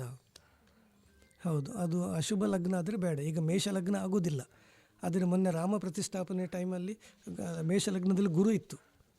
ಸೊ ಗುರು ಇದ್ದರೆ ಲಕ್ಷ ದೋಷ ಹರ ಅಂತ ಲೆಕ್ಕ. ಆದ್ದರಿಂದ ಆಯಿತು, ಇಲ್ಲದಿದ್ದರೆ ಅಭಿಜಿನ್ ಲಗ್ನ ಮೇಷ ಲಗ್ನಕ್ಕೆ ಆಗೋದಿಲ್ಲ ಅಂತ ಲೆಕ್ಕ. ಹೌದು ಧನುರ್ ಮಾಸ ಹೌದು ಆಗೋದಿಲ್ಲ. ಹೌದು ಸರ್, ಕರೆಕ್ಟ್ ಅದು. ಹೌದು ಸರ್, ಹೌದು. ಮತ್ತು ಹಾಗೆ ಹೇಳುವವರಿಗೆ ಉತ್ತರದ ಅಗತ್ಯ ಇಲ್ಲ, ಅವರು ಉತ್ತರಕ್ಕಾಗಿ ಕೇಳುವುದೇ ಅಲ್ಲ, ಅವರ ಉದ್ದೇಶ ಬೇರೆ, ಆದ್ದರಿಂದ ಅವರಿಗೆ ಉತ್ತರ ಕೊಡುವ ಅಗತ್ಯವೂ ಇಲ್ಲ. ಅಂಜನದ ಬಗ್ಗೆ ಮಾಹಿತಿ ಕೊಡ್ತೀರಿ? ಹೌದು ಸರ್, ಈ ಅಂಜನ ಅನ್ನುವಂಥದ್ದನ್ನು ನಾವೊಂದು 5-6 ವರ್ಷ ಮಾಡ್ತಿದ್ದೆವು. ಅಂಜನದ ಒಂದು ಕನ್ನಡಿ ತಯಾರು ಮಾಡಿ ಅದರಲ್ಲಿ ಹೆಚ್ಚಾಗಿ ಸಣ್ಣ ಮಕ್ಕಳನ್ನು ಕೂರಿಸೋದು. ಸಣ್ಣ ಮಕ್ಕಳು ಯಾಕೆ ಅಂತ ಹೇಳಿದರೆ ಅವರಿಗೆ ನಂಬಿಕೆ ಇರ್ತದೆ. ಈಗ ನಾವು ಉದಾಹರಣೆಗೆ ಈ ಒಂದು ಅದರಲ್ಲಿ ಫಸ್ಟಿಗೆ ದೀಪ ನಾವು ತೋರಿಸ್ತೇವೆ, ಒಂದು ದೀಪದ ಪ್ರತಿಬಿಂಬ ಅದರಲ್ಲಿ ಬರ್ತದೆ. ಈಗ ಅದು 2 ಆಗ್ತದೆ, ಇನ್ನು 4 ಆಗ್ತದೆ, 8 ಆಗ್ತದೆ ಅಂತ ನಾವು ಹೇಳ್ತೇವೆ. ಅದು ನಿಜವಾಗಿ ಕಣ್ಣಿನ ನಾವು ತುಂಬ ವಸ್ತು ನೋಡ್ತಾ ಹೋದರೆ ಅದು ಹೀಗೆ ಬೇರೆ ಬೇರೆ ಆಗೋದು. ಹಾಗೆ ಆದಾಗ ಆ ನೋಡುವವನಿಗೆ ಇವರು ಹೇಳಿದ ಹಾಗೆ ಆಗ್ತಾ ಉಂಟು ಅಂತ ಆಗ್ತದೆ. ಹಿಪ್ನೋಸಿಸ್ನ ಪ್ರಿನ್ಸಿಪಲ್ ಅದೇ, ಹಿಪ್ನೋಸಿಸ್ ಆಗೋದು ಹಾಗೇ. ಹಾಗೆ ಆದಾಗ ಇನ್ನು ಮುಂದೆ ಅಂದರೆ ಫಸ್ಟಿಗೆ ನಾವು ಸುಮ್ಮನೆ ಹೇಳೋದು, ಆಮೇಲೆ ನಿಜವಾದ ಸಂಗತಿಗಳು ಬರಲಿಕ್ಕೆ ಶುರುವಾಗ್ತದೆ ಅದು ಮುಂದುವರಿದರೆ. ಅದರಲ್ಲಿ ಈಗ ಆಮೇಲೆ ನಾವು ಹೇಳ್ತೇವೆ 8 ದೀಪ ಹೋಗಿ 4 ಆಯಿತು, 2 ಆಯಿತು, 1 ಆಯಿತು, ಇನ್ನು ದೀಪ ಹಿಡ್ಕೊಂಡು ಮುಂದೆ ಹೋಗೋಣ ಅಂತೇಳಿ ಹೇಳುವಾಗ ದೊಡ್ಡವರಿಗಾದರೆ ಏನು ಬರ್ತದೆ, ಕೂಡಲೇ ನೆಗೆಟಿವ್ ಬರ್ತದೆ. ಅದು ಹೇಗೆ ಎಂಥದ್ದು ಕಾಣೋದು, ನಾವೆಲ್ಲ ಮೊದಲೇ ನಮ್ಮದೆಲ್ಲ ಸಿಸ್ಟಮ್ ರೆಡಿಯಾಗಿರ್ತದೆ, ನಾವೆಲ್ಲ ನಂಬುವುದಿಲ್ಲ. ಯಾರು ನಂಬುತ್ತಾರೆ ಅವರಿಗೆ ಅಂಜನೆ ಸ್ಪಷ್ಟವಾಗಿ ಕಾಣ್ತದೆ. ಸಣ್ಣ ಮಕ್ಕಳನ್ನು ಕೂರಿಸೋದು ಅದ್ಭುತವಾಗಿ ವಿಷಯಗಳು ಬರ್ತದೆ, ಕರೆಕ್ಟಾಗಿದ್ದರೆ ಸರಿಯಾಗಿ ಬರ್ತದೆ. ಒಂದು 5-6 ವರ್ಷ ನಾವು ಅದನ್ನು ಮಾಡ್ತಿದ್ದೆವು, ಆಮೇಲೆ ಕೊನೆಗೆ ಅದು ಬೇಡ ಅಂತ ಬಿಟ್ಟೆವು. ಅಂದರೆ ಅದನ್ನು ರನ್ ಮಾಡುವವರಿಗೆ ಆ ವಿಷಯ ಗೊತ್ತಿರಬೇಕು. ಅದರ ಬಗ್ಗೆ ಮೊದಲು ಬರುವುದು ಏನು ಗೊತ್ತುಂಟ, ಮೇಲ್ಪದರದ ಸತ್ಯಗಳು ಮಾತ್ರ ಬರುವುದು. ಈಗ ನಾವು ನೋಡ್ತಿರುವಾಗ ಈಗ ನಿಮ್ಮ ಮನಸ್ಸಲ್ಲಿ ಈಗ ಮನೆಯಲ್ಲಿ ಒಬ್ಬ ಸೇವಕ ಕಳ್ಳತನ ಮಾಡಿದ್ದಾನೆ ಅಂತ ಇದ್ದರೆ ಮೊದಲ ಅಂಜನದಲ್ಲಿ ಫಸ್ಟ್ ಬರುವುದು ಆ ಸೇವಕ ಕಳ್ಳತನ ಮಾಡಿದ್ದಾನೆ, ನಿಮ್ಮ ಮೇಲ್ಪದರದ ಸತ್ಯವೇ ಬರುವುದು. ಹೌದು, ಸೂಕ್ಷ್ಮ ಬರಬೇಕಿದ್ರೆ ಆ ರನ್ ಮಾಡುವವರಿಗೆ ಸರಿಯೇ ಗೊತ್ತಿರಬೇಕು, ಇದೀಗ ಯಾವುದು ಬರ್ತಾ ಉಂಟು ಅದು ಸತ್ಯವೋ ಅಂತ ಟೆಸ್ಟ್ ಮಾಡ್ತಾನೆ ಇವನು. ಆ ಟೆಸ್ಟ್ ಮಾಡಿ ಸತ್ಯವಾದ ಸಂಗತಿ ಬಂತು ಅಂತಿದ್ದರೆ ಮತ್ತೆ ಒಳಗೆ ಹೋಗಲಿಕ್ಕೆ ಆಗ್ತದೆ. ಅದು ಡೈರೆಕ್ಟ್ ಬಂದ ಕೂಡಲೇ ಫಸ್ಟ್ ಬಂದ ಕೂಡಲೇ ಇವರ ಮನಸ್ಸಲ್ಲಿರುವುದೇ ಉತ್ತರ ಬರುವುದು ಅದರಲ್ಲಿ. ಸೊ ಅದನ್ನು ತಪ್ಪಿಸಿಕೊಂಡು ಹೋಗುವ ಜಾಣ್ಮೆ ಬೇಕು ಇವರಿಗೆ, ರನ್ ಮಾಡುವವರಿಗೆ. ಅದು ಕೆಲವು ಟೆಕ್ನಿಕ್ಸ್ ಎಲ್ಲ ಉಂಟು, ಅದನ್ನು ನೋಡಿ ಅದು ಸರಿಯಾಗಿ ಒಳಗೆ ಹೋಗಿದ್ದಾರಾ, ಸತ್ಯವ. ಮತ್ತು ಅದು ಕೂಡ ಫ್ಲೀಟಿಂಗ್ ಇರ್ತದೆ, ಅಂದರೆ ಕಂಟಿನ್ಯೂಸ್ ಆಗಿ ಅವರಿಗೆ ಏಕಾಗ್ರತೆ ಇರುವುದಿಲ್ಲ. ಸ್ವಲ್ಪ ಕೆಲವು ಪ್ರಶ್ನೆಗಳು ಕರೆಕ್ಟ್ ಉತ್ತರ ಬರ್ತದೆ, ಕೆಲವುದಕ್ಕೆ ಹಾರಿಕೆ ಉತ್ತರ ಬರ್ತದೆ. ಆಗ ಪುನಃ ಅವರನ್ನು ಡೀಪ್ ತಗೊಂಡು ಹೋಗ್ಲಿಕ್ಕೆ ಗೊತ್ತಿರಬೇಕು ನಮಗೆ. ಮತ್ತು ಕೆಲವು ಸಲ ಅವರಿಗೆ ಹೆದರಿಕೆ ಆಗ್ತದೆ, ಈಗ ಅಲ್ಲಿ ಕೂಡ ಇಂಥದ್ದೆಲ್ಲ ಕಾಣ್ತದೆ, ಪ್ರೇತ ಇದೆಲ್ಲ ಕಾಣ್ತದೆ. ಆಗ ಅವರನ್ನು ಅದು ಸಣ್ಣದು ಮಾಡಿ ಅದನ್ನು ಆ ಪ್ರೇತವನ್ನು ಚಿಕ್ಕದು ಮಾಡಲಿಕ್ಕೆ ಸೂಚನೆ ಕೊಡಬೇಕು ನಾವು. ಅದು ಸಣ್ಣದಾಗಿ ಹೋಯ್ತು, ಈಗ ಏನಿಲ್ಲ ಅದು ಹೋಯಿತು ಅಂತ. ಹಾಗೆ ಅದನ್ನು ಹಾಗೆ ರನ್ ಮಾಡಿದರೆ ಮುಂದುವರಿಸಬಹುದು. ಆದರೆ ನೋಡಿ ಇಂಥದ್ದೆಲ್ಲ ವಿಚಿತ್ರ ಅಂಜನ ಅನ್ನೋದು, ನಾನು ಈ ಮರ್ಡರ್ ಅನ್ನೋ ವಿಷಯಕ್ಕೆ ಒಂದು ಹೇಳ್ತೇನೆ. ಕಾಟ್ಪಾಡಿ ಅಂತ ಒಂದು ಊರು ಉಂಟಲ್ಲ, ಕಾಟ್ಪಾಡಿ ಹತ್ತಿರ ಗುಡಿ ಅಟ್ಟಮ್ ಅಂತ ಒಂದು ಊರು ಉಂಟು. ಅಲ್ಲಿಗೆ ನಾನೇ ಹೋಗಿದ್ದೆ. ಒಂದು ಡೆತ್ ಆಗಿತ್ತು. ಆ ಡೆತ್ತಿನ ವಿಷಯದಲ್ಲಿ ಅಲ್ಲಿ ಅಂಜನದವರು ಇದ್ದಾರೆ. ಅಲ್ಲಿ 3 ಜನ ಅಂಜನದವರು ಈಗಲೂ ಇದ್ದಾರೆ. ಅವ್ರದ್ದು ಚಾರ್ಜ್ 100 ರೂಪಾಯಿ ಅಷ್ಟೇ.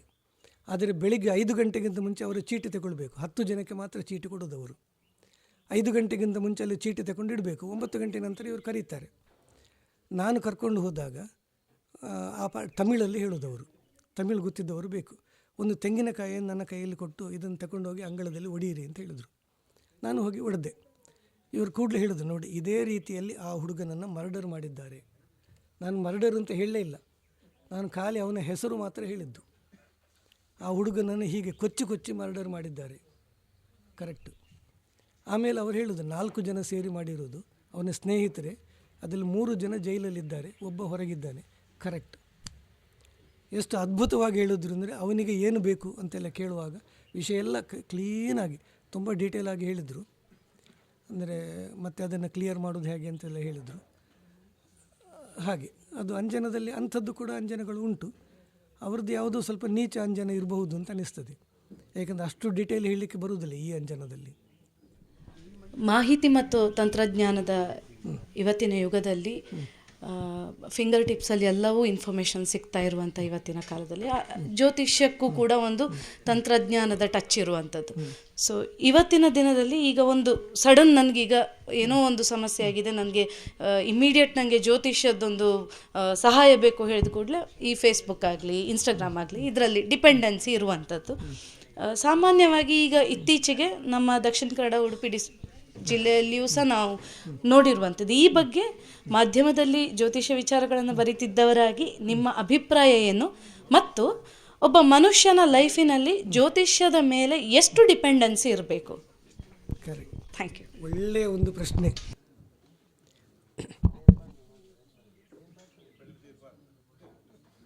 ಈ ಪತ್ರಿಕೆಗಳಲ್ಲಿ ಬರುವ ಭವಿಷ್ಯ ಒಂದು ರೀತಿಯಲ್ಲಿ ಈಗ ಇಡೀ ಜಗತ್ತಿನ ಜನರನ್ನು 12 ಗ್ರೂಪ್ ಮಾಡಿ ಈ ರಾಶಿಗೆ ಈ ಫಲ ಅಂತ ಹೇಳೋದು ಸರಿಯಲ್ಲ. ಏಕೆಂದರೆ ಆಗ ಒಟ್ಟು ಎಲ್ಲ ಶಕ್ತಿ ಇಡೀ ಪ್ರಪಂಚದ ಜನಗಳೆಲ್ಲ ಈ 12 ರಾಶಿಯಲ್ಲಿ ಒಂದಕ್ಕೆ ಸೇರ್ತಾರೆ. ಅದು ಒಂದು ಬರೀ ಜನರಲ್ ಆಗಿ ಕೊಡೋದು, ಸ್ವಲ್ಪ ಪಾಸಿಟಿವ್ ಆಗಿ ಕೊಡ್ತೇವೆ ನಾವು, ಅದನ್ನು ನೆಗೆಟಿವ್ ಹೆಚ್ಚಾಗಿ ಬರೆಯುವುದಿಲ್ಲ. ಈ ಜ್ಯೋತಿಷ್ಯದಲ್ಲಿ, ಮುಖ್ಯವಾದ ಜ್ಯೋತಿಷ್ಯದಲ್ಲಿ ಬರೀ ಜ್ಞಾನದಿಂದ ಉತ್ತರ ಹೇಳಲಿಕ್ಕೆ ಕಷ್ಟ. ಅಂದರೆ ಪ್ರಶ್ನೆಗೆ ಉತ್ತರ ಕರೆಕ್ಟ್ ಬರಬೇಕಿದ್ದರೆ ಪ್ರಶ್ನೆ ಕೇಳುವವರು ಹೇಳುವವರು ಮಧ್ಯದಲ್ಲಿ ಒಂದು ಶಕ್ತಿ, ಅದು ಬೇಕೇ ಬೇಕು. ಅಂದರೆ ಪ್ರಶ್ನೆ ಕೇಳುವವರಿಗೆ ಆ ಉತ್ತರ ಸಿಕ್ಕುವ ಯೋಗ ಇರಬೇಕು, ಹೇಳುವವರಿಗೂ ಅದನ್ನು ಸರಿಯಾಗಿ ಮಾಡುವ ಒಳ್ಳೆಯ ಟೈಮ್ ಇರಬೇಕು, ಮತ್ತು ಆ ಒಂದು ಶಕ್ತಿ ಇರಬೇಕು. ಅದು ಇಲ್ಲದೆ ಬರೀ ಜ್ಞಾನದಲ್ಲಿ ಬರುವುದಿಲ್ಲ. ಹಾಗಾಗಿ ನಾವು ಈ ಟೈಮಲ್ಲಿ ಇಂಥ ಪ್ರಶ್ನೆ ಅಂತ ಹೇಳಿ ಉತ್ತರ ಹೇಳೋದು ಅಷ್ಟು ಸರಿ ಬರುವುದಿಲ್ಲ. ಮತ್ತು ಹೆಚ್ಚಾಗಿ ಟಿ ವಿಯಲ್ಲಿ ಬರೋದು ಕೂಡ ಸ್ಪಾನ್ಸರ್ಡ್ ಪ್ರೋಗ್ರಾಮ್ ಆಗಿರ್ತದೆ. ಸ್ಪಾನ್ಸರ್ಡ್ ಎಲ್ಲ ಅವರವರೇ ಪ್ರಶ್ನೆ ಕೇಳಿ ಉತ್ತರ ಹೇಳೋ ಹಾಗೆಲ್ಲ ಇರ್ತದೆ ಹೆಚ್ಚಾಗಿ. ಸರ್, ಇಡೀ ಜಾತಕದ ಡೇಟ್ ಆಫ್ ಬರ್ತ್ ಸಿಗ್ತದೆ ಜಾತಕದಲ್ಲಿ. ಅದೇ ಜಾತಕವನ್ನು ಪರಿಶೀಲಿಸಿ ಒಬ್ಬ ಸ್ವಲ್ಪ ಅನುಭವ ಇದ್ದ ಒಬ್ಬ ಜ್ಯೋತಿಷ ಸಾಯುವ ದಿನವನ್ನು ಗಳಿಗೆಯನ್ನು ಹೇಳಲಿಕ್ಕಾಗ್ತದೆ ಅಂತ ನಾನು ಕೇಳಿದ್ದೇನೆ. ಅದು ಎಷ್ಟು ಸರಿ ಅಂತ ಗೊತ್ತಿಲ್ಲ ನನಗೆ. ಸರ್, ಅಂಥದ್ದು ನಾನು ಹೆಚ್ಚಾಗಿ ನನ್ನ ಅನುಭವಕ್ಕೆ ಬಂದಿಲ್ಲ. ನಮಗದು ಸ್ವಲ್ಪ ಕೆಟ್ಟ ಟೈಮ್, ಕಠಿಣ ಸಮಯ ಅಂತ ಹೇಳಬಹುದು. ಕರೆಕ್ಟಾಗಿ ಹೇಳುವುದು ಕಷ್ಟ. ಮತ್ತು ನಾನು ಒಂದು ಪ್ರಯತ್ನ ಮಾಡ್ತಾ ಇದ್ದೇನೆ, ಅದು ಕೆಲವು ಸಲ ಸಕ್ಸಸ್ ಆಗ್ತದೆ, ಕೆಲವು ಸಲ ಆಗಲಿಲ್ಲ. ಏನು ಅಂದರೆ, ಈ ಶಂಕರಾಚಾರ್ಯರು ಹೇಳಿದ ಹಾಗೆ ನಮ್ಮ ದೇಹದ ಒಳಗೆ ಶಕ್ತಿ ಉಂಟು, ದೈವಿ ಶಕ್ತಿ ಉಂಟು. ಅದು ಇದ್ದರೆ ಮಾತ್ರ ನಾವು ಜೀವ, ಇಲ್ಲದಿದ್ದರೆ ಡೆಡ್ ಬಾಡಿ. ಆ ಶಕ್ತಿ ನಮ್ಮನ್ನು ಯಾವಾಗ ಬಿಟ್ಟು ಹೋಗ್ತದೆ ಅಂತ ಒಂದು ಆ ಟೈಮ್ ಎಲ್ಲ ನೋಡುವಾಗ ಕೆಲವರಿಗೆ ಕರೆಕ್ಟ್ ಆಗಿದೆ. ಆ ಶಕ್ತಿ ಬಿಟ್ಟು ಹೋಗೋದು ಯಾವಾಗ ದೇಹ ಅಂತ ಅದನ್ನೊಂದು ನೋಡಲಿಕ್ಕೆ ಬರ್ತದೆ ಅಂತ ಕಾಣ್ತದೆ. ಆದರೆ ನನಗೆ ಪೂರ್ಣ ನಂಬಿಕೆ ಇಲ್ಲ. ಆದರೆ ಹೇಳುವವರಿದ್ದರೆ ನನಗೆ ಗೌರವ ಅವರ ಬಗ್ಗೆ. ನಾನು ಹೇಳುವುದನ್ನು ಕೇಳಿದ್ದೆ ಸರ್. ಹಾಗೆ ಸುಮಾರು 1925 ಆ ಇಸ್ವಿಯವರೆಗೆ ತೀರಿ ಹೋದವರ ಒಂದು ಕತೆ ಆ ಮನೆಯವರು ಹೇಳಿದ್ದನ್ನು ನಾನು ಕೇಳಿದೆ. ಹೌದಬ್ಬ ಜ್ಯೋತಿಷ್ಯನ ಬಗ್ಗೆ. ಮತ್ತು ಅವರು ಕರೆದು ಹೇಳಿದಂತೆ, ನೀನು ಯಾರಿಗೂ ದಯವಿಟ್ಟು ಸಾಯುವ ದಿನವೊಂದನ್ನು ಹೇಳಬೇಡ ಅಂತ. ದಿನ ಸಮೀಪಿಸುತ್ತಿರುವಂತೆ ಇವರು ಬೆಡ್ ರಿಡನ್ ಆದದ್ದು. ಹಾಗದ್ದನ್ನು ನಾನು ಕೇಳಿದೆ. ಅಲ್ಲ, ಹಾಗೆ ಬೇರೆ ಬೇರೆ ಸಾಧನೆಗಳಿಂದ ಹೇಳಿದವರಿದ್ದಾರೆ. ಈಗ ಈ ಕುಂಡಂತಾಯರ ಫ್ಯಾಮಿಲಿಯಲ್ಲಿ ಒಬ್ಬರು ಅದೇ ನೀವು ಹೇಳಿದ್ದಲ್ಲ, ಅವರು ಹೇಳ್ತಿದ್ರು. ಅವರೊಬ್ಬರು ಅವರು ಮಂತ್ರಾಲಯಕ್ಕೆ ಹೋಗಿ ಎಲ್ಲ ಅವರು ಭಾಳ ಸಿದ್ಧಿ, ಅವರಿಗೆ ಅವರು ಹೇಳಿದ್ದೆಲ್ಲ ಆಗ್ತವ್ರು ಕೈ ನೋಡಿ ಹೇಳ್ತಿದ್ರು, ಇವರ ಕೈ ನೋಡಿ ಕುಟುಂಬದವರು. Date of birth. ಹಾಗೆ ನಮ್ಮ ಅಜ್ಜನ ತಂದೆ ಒಬ್ಬರು ಭಾಳ ದೊಡ್ಡ ಜ್ಯೋತಿಷಿ ನಮ್ಮ ಮನೆಯಲ್ಲಿ. ಅವರು ಸಾಯುವ ದಿನವನ್ನು ಮೊದಲೇ ಬರೆದಿಟ್ಟಿದ್ದರಂತೆ, ನಮ್ಮ ಮನೆ ಜ್ಯೋತಿಷಿಗಳ ಮನೆ. ಹಾಗಾಗಿ ಅವರು ಒಬ್ಬರು ಬರೆದಿಟ್ಟದ್ದು, ಅವರು ಸತ್ತದ್ದು ಅದೇ ದಿವಸ ಆಗಿತ್ತು, ಮೊದಲೇ ಬರೆದಿಟ್ಟಿದ್ರು ಅಂತ ಒಂದು. ಹಾಗೆ ಅದು ಬೇರೆ ಸಾಧನೆ ಬೇಕಾಗ್ಬೋದು, ಬೇಕಾಗಬಹುದು. ಅದು ಕುಂಡಂತಾಯರು ಕೇಳಿದ ಪ್ರಶ್ನೆ ಅವರ ಹಿರಿಯರದ್ದೇ ಅದು. ಅವರು ಭಾಳ ಹೇಳ್ತಿದ್ರು, ಅವರು ಕರೆಕ್ಟಾಗಿ ಸಾಯೋ ದಿನಾಂಕವನ್ನು ಕೂಡ ಹೇಳ್ತಿದ್ದದ್ದು ಉಂಟು. ಸರ್ ನಮಸ್ತೆ. ಸರ್ ನಮಸ್ತೆ. ಜಾತಕದಲ್ಲಿ ಸಂಧಿ ಎಂಬುವಂಥದ್ದಿದೆ, ಇದ್ದರೆ ಅದಕ್ಕೆ ಪರಿಹಾರ ಉಂಟಾ ಅಂತ? ಅಂದರೆ ದಶಾ ಸಂಧಿ ವಿಷಯದಲ್ಲಿ ನಾನು ಸಾಮಾನ್ಯವಾಗಿ ನೆಗ್ಲೆಕ್ಟ್ ಮಾಡುವುದಿಲ್ಲ. ಅದು ನನ್ನ ಅನುಭವದಲ್ಲಿ ಆ ಟೈಮಲ್ಲಿ ಏನಾದರೂ ಪರಿಹಾರ ಮಾಡುವುದು ಒಳ್ಳೆಯದು. ಆದರೆ ಆ ಸಂಧಿ ಶಾಂತಿ ಅನ್ನೋದಕ್ಕೆ ಕೆಲವು ಕಡೆಯಲ್ಲಿ 4,000 ರೂಪಾಯಿಗೂ ಮಾಡ್ತಾರೆ, ಕೆಲವು ಕಡೆ 25,000 30,000ವೂ ಆಗ್ತದೆ. ಎಲ್ಲರೂ ಮಾಡೋದು ಒಂದೇ ರೀತಿ. ಸೊ ಎಲ್ಲಿ ಕಡಿಮೆ ಖರ್ಚಿನಲ್ಲಿ ಆಗ್ತದೆ ಅದನ್ನು ಮಾಡಬಹುದು ಅಂತ ನನ್ನ ಅಭಿಪ್ರಾಯ. ಸರಿ ಸರ್, ಹಾಗೆ ಶಾಂತಿಯನ್ನು ಮಾಡುವುದು ಒಳ್ಳೆಯದು ಅಂತ ನನ್ನ ಅಭಿಪ್ರಾಯ. ನನ್ನ ಅನುಭವದಲ್ಲಿ ಅದು ಮಾಡುವುದು ಒಳ್ಳೆಯದು. ಸರ್, ಗೋಚಾರ ಫಲಗಳು ನಿಜವಾದ ಇದು ಕೂಡ ಹಾಗೆ, ಬೇರೆ ಜ್ಯೋತಿಷ್ಯದ ಹಾಗೆ ಇದು ಕೂಡ. ಈ ಗೋಚಾರ ಫಲದಲ್ಲಿ ತುಂಬ ಸೂಕ್ಷ್ಮ ವಿಷಯಗಳು ಸುಮಾರು ಉಂಟು. ಈಗ ಉದಾಹರಣೆಗೆ ಈಗ ಗುರು, ನಮ್ಮದು ಈಗ ಮೇಷರಾಶಿ ಅಂತಾದರೆ ಗುರು ಉಂಟು. ಆದರೆ ಅದಕ್ಕೆ ವೇದ ಗ್ರಹಗಳು ಅಂತ ಉಂಟು, ಕೆಲವು ಅದಕ್ಕೆ ತಡೆ ಕೊಡುವಂಥದ್ದು ಕೆಲವು ಉಂಟು. ಆ ವೇದವನ್ನೆಲ್ಲ ಸ್ಟಡಿ ಮಾಡಿ ಹೇಳಿದರೆ ಆಗ್ತದೆ. ಅದು ಸಾಮಾನ್ಯವಾಗಿ ಅದನ್ನು ಹೇಳುವುದಿಲ್ಲ. ನಿಮ್ಮ ರಾಶಿಯವರಿಗೆ 7 ಶನಿ ಉಂಟು, ಗುರುಬಲ ಇಲ್ಲ, ಹೀಗೆಲ್ಲ ಹೇಳುವುದು ವಾಡಿಕೆ. ಅದು ನಮಗೆ ಸಾಮಾನ್ಯ ಒಂದು ಫಂಕ್ಷನಿಗೆ ಹೋದರೆ ಒಬ್ಬರು ಜ್ಯೋತಿಷ್ಯ ಗೊತ್ತುಂಟು ಅಂತಾದರೆ ಕೂಡಲೇ ಒಬ್ಬರು ಹೇಳ್ತಾರೆ ಕನ್ಯಾ ರಾಶಿಗೆ ಹೇಗುಂಟು ಈಗ ಅಂತ. ನಾವು ಆರಾಮದಲ್ಲಿ ಇರೋದು ಬಿಟ್ಟು ಇದಕ್ಕೆಲ್ಲ ಉತ್ತರ ಕೊಡಬೇಕು ಇಂಥದ್ದು. ಹಾಗೆ ನಾಗದೋಷಗಳ ಬಗ್ಗೆ ಒಂದು ಚೂರು ಹೇಳಿ. ನಾಗ ಅಂದರೆ ಅಲ್ಲಿ ಸುಬ್ರಹ್ಮಣ್ಯಕ್ಕೆಲ್ಲ ಹೋಗಿ ಎಲ್ಲ ಮಾಡಿದರೆ ಕರೆಕ್ಟ್. ನಾಗನ ವಿಷಯದಲ್ಲಿ ಕುಂಡಂತಾಯರವರು ತುಂಬ ಸಂಶೋಧನೆ ಮಾಡಿದ್ದಾರೆ. ಈ ನಾಗನಲ್ಲಿ 2 ನಾಗ ಉಂಟು ಅಂತ ಲೆಕ್ಕ, ಇಷ್ಟ ನಾಗ ಮತ್ತು ದುಷ್ಟ ನಾಗ ಅಂತ. ಅಂದರೆ ಕೆಲವು ನಾಗ ನಮಗೆ ಅನುಕೂಲಕರವಾಗಿರ್ತದೆ, ಆಗ ನಾವು ನಾಗನಿಗೆ ಆರಾಧನೆ ಮಾಡಿದರೆ ಒಳ್ಳೆಯದಾಗ್ತದೆ. ಕೆಲವು ನಾಗ ನಮಗೆ ವಿರುದ್ಧವಾಗಿರ್ತದೆ, ಎಷ್ಟೇ ಅದಕ್ಕೆ ಪ್ರಾರ್ಥನೆ ಪೂಜೆ ಮಾಡಿದರೂ ಅದರ ಅನುಗ್ರಹವೇ ಇಲ್ಲ, ಮತ್ತೆ ಸಿಟ್ಟೆ. ಆ ಸಿಟ್ಟು ಇರುವುದಕ್ಕೆ ಕುಕ್ಕೆ ಸುಬ್ರಹ್ಮಣ್ಯ ಒಳ್ಳೆಯದಾಗ್ತದೆ. ಆ ಸುಬ್ರಹ್ಮಣ್ಯದ ವಿಗ್ರಹ ಅಂದರೆ ಮೇಲಿಂದ ನವಿಲು, ಕೆಳಗಿಂದ ನಾಗ. ಆ ನವಿಲು ನಾಗನನ್ನು ತಲೆ ಎತ್ತಲಿಕ್ಕೆ ಬಿಡುವುದಿಲ್ಲ. ನವಿಲು ಅಂದರೆ ಈ ಮಾನಸ ಪೂಜೆ ಮಾಡುವವರಿಗೆ ಗೊತ್ತುಂಟು. ಮಾನಸ ಪೂಜೆ ಮಾಡುವಾಗ ಯಾವುದೇ ಶಕ್ತಿಯ ಮಾನಸ ಪೂಜೆ ಮಾಡಬಹುದು. ನಾಗನನ್ನು ಮಾಡುವುದಿದ್ದರೆ ಒಂದು ನವಿಲನ್ನು ಒಂದು ಗರುಡನನ್ನು ಇಟ್ಟುಕೊಂಡು ನಾಗನ ಮಾನಸ ಪೂಜೆ ಮಾಡಬೇಕು. ಏಕೆಂದರೆ ನಾಗ ಅನ್ನೋದು ದುಷ್ಟಶಕ್ತಿ ಅಂತ ಲೆಕ್ಕ. ಅದಕ್ಕೆ ರಾಹು ಗ್ರಹ, ಅದು ಒಳ್ಳೆಯ ಗ್ರಹ ಅಲ್ಲ. ಈ ದೈವಗಳಿಗೆ ನಾವು ಪೂಜೆ ಮಾಡುವ ಹಾಗೆ ನಾಗನಿಗೂ ತೊಂದರೆ ಕೊಡಬೇಡ ಅಂತ ಪೂಜೆ ಮಾಡೋದು. ಹಾಗೆ ಬರ್ತದೆ ಜಾನಪದ. ಒಬ್ಬರು ಹೇಳಿದ್ರು, ನಮ್ಮ ಅಜ್ಜ ದೊಡ್ಡ ಜ್ಯೋತಿಷಿ ಆಗಿದ್ದರು, ಅವರು ತೀರಿ ಹೋದರು. ಈಗ ನಮ್ಮ ಮನೆಯಲ್ಲಿ ನನ್ನ ಹೆಂಡತಿಗೆ ಈ ಬಾಯಿ ಆಕಳಿಕೆ ಶುರುವಾಗ್ತದೆ, ತುಂಬ ಆಕಳಿಕೆ ಬರ್ತದೆ, ತೇಗು ಬರ್ತದೆ. ಆ ತೇಗು ಬಂದ ಕೂಡಲೇ ಅದು ಅಜ್ಜ ಆತ್ಮ ಬಂತು ಅಂತ ಲೆಕ್ಕ. ಸೊ ಅದು ಮಂತ್ರವಾದಿ ಇನ್ನೂ ಸರಿಯಾಗಲಿಲ್ಲ ಅಂತ ಇವರ ಭಾವನೆ ಉಂಟು. ಅದಕ್ಕೆ ಹೋಮಿಯೋಪತಿಯಲ್ಲಿ ಅರ್ಜೆಂಟ್ ನೈಟ್ರಿಕಮ್ ಅಂತ ಒಂದು ಔಷಧಿ ಉಂಟು. ಆ ಔಷಧಿ 1 ವಾರ ತಗೊಂಡ್ರೆ ಈ ಸಿಂಪ್ಟಮ್ ಇರುವುದಿಲ್ಲ. ಸೊ ಇವರು ನಂಬಿದ್ದು ಸುಳ್ಳು, ಏನಿಲ್ಲ ಇದರಲ್ಲಿ ಖಂಡಿತವಾಗಿ. ಅಂದರೆ ಒಳಗಿನ ಸಬ್ಕಾನ್ಷಿಯಸ್ ಮೈಂಡಿದ್ದೇ ಹೊರಗೆ ಬರುವುದಲ್ಲ, ಸುಪ್ತ ಮನಸ್ಸಿನದ್ದೇ ಹೊರಗೆ ಬರುವುದು. ಮತ್ತು ಕನಸು, ಯಾವ ಕನಸನ್ನು ತಗೊಳ್ಬೇಕು ಅಂತ ಉಂಟು. ಸ್ವಸ್ಥ ಆರೋಗ್ಯವಂತ ಮನುಷ್ಯ ಊಟ ಮಾಡಿ ಒಂದು ನಿದ್ರೆ ಆದ ಮೇಲೆ ಬಿದ್ದ ಕನಸಿಗೆ ಬೆಲೆ ಉಂಟು ಅಂತ ಹೇಳ್ತಾರೆ.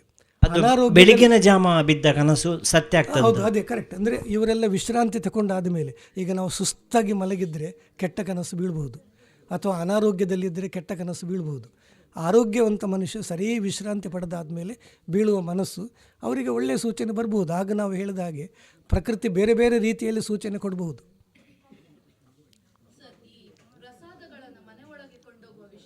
ಹಾಂ, ಸಾಮಾನ್ಯ ದೈವಗಳದ್ದು ತಗೊಂಡು ಹೋಗೋದಿಲ್ಲ ಅಲ್ಲ. ಹೌದು, ದೈವಗಳದ್ದು ಪ್ರಸಾದ ತಂದರೆ ಆ ದೈವ ಕೂಡ ಬರ್ತದೆ. ಅದು ಅದೇ ಸರ್, ಇದು ಮಂತ್ರದೇವತ ಪ್ರಸಾದ ತಂದರೆ ಮಂತ್ರದೇವತೆ ನಿಕಲಿಲ್ಲ ಇಲ್ಲೋಲ್ಲ ಬೈದನು. ಕೊರಗಜ್ಜನ ಪ್ರಸಾದ ಕಣತನ ಕೊರಗಜ್ಜ ನಿಕಲ್ನ ಜಾಲುಡುಂಡು ಅವೇ ನಂಬೋಡ ಹಾಪುಂಡು ಕಲ್ಲು ಬಾಟ್ಲೆ ಅಂತ ಹೇಳ್ತಾರೆ ಅಲ್ಲ, ಹಾಗೆಲ್ಲ ಉಂಟಂತ ಹೇಳ್ತಾರೆ. ಅದು ಸತ್ಯವಾಗ್ತದ ಸರ್? ಇರ್ಲಿಕ್ಕಿಲ್ಲ ಅಂತ ಕಾಣ್ತದೆ ನನಗೆ. ಅಂದರೆ ಆ ಪ್ರಸಾದದಲ್ಲಿ ಅಷ್ಟು ದೊಡ್ಡ ಇದು ಬರಲಿಕ್ಕಿಲ್ಲ ಸರ್. ಹೌದು, ಅಂಥದ್ದು ಸುಮಾರು ರೀತಿಯ ಜ್ಯೋತಿಷಿಗಳು ಉಂಟು ಸರ್. ಭವಿಷ್ಯ ಹೇಳಬಾರ್ದಂಥ ಶಾಸ್ತ್ರದಲ್ಲಿ ಏನಾದರೂ ಇದೆಯಾ?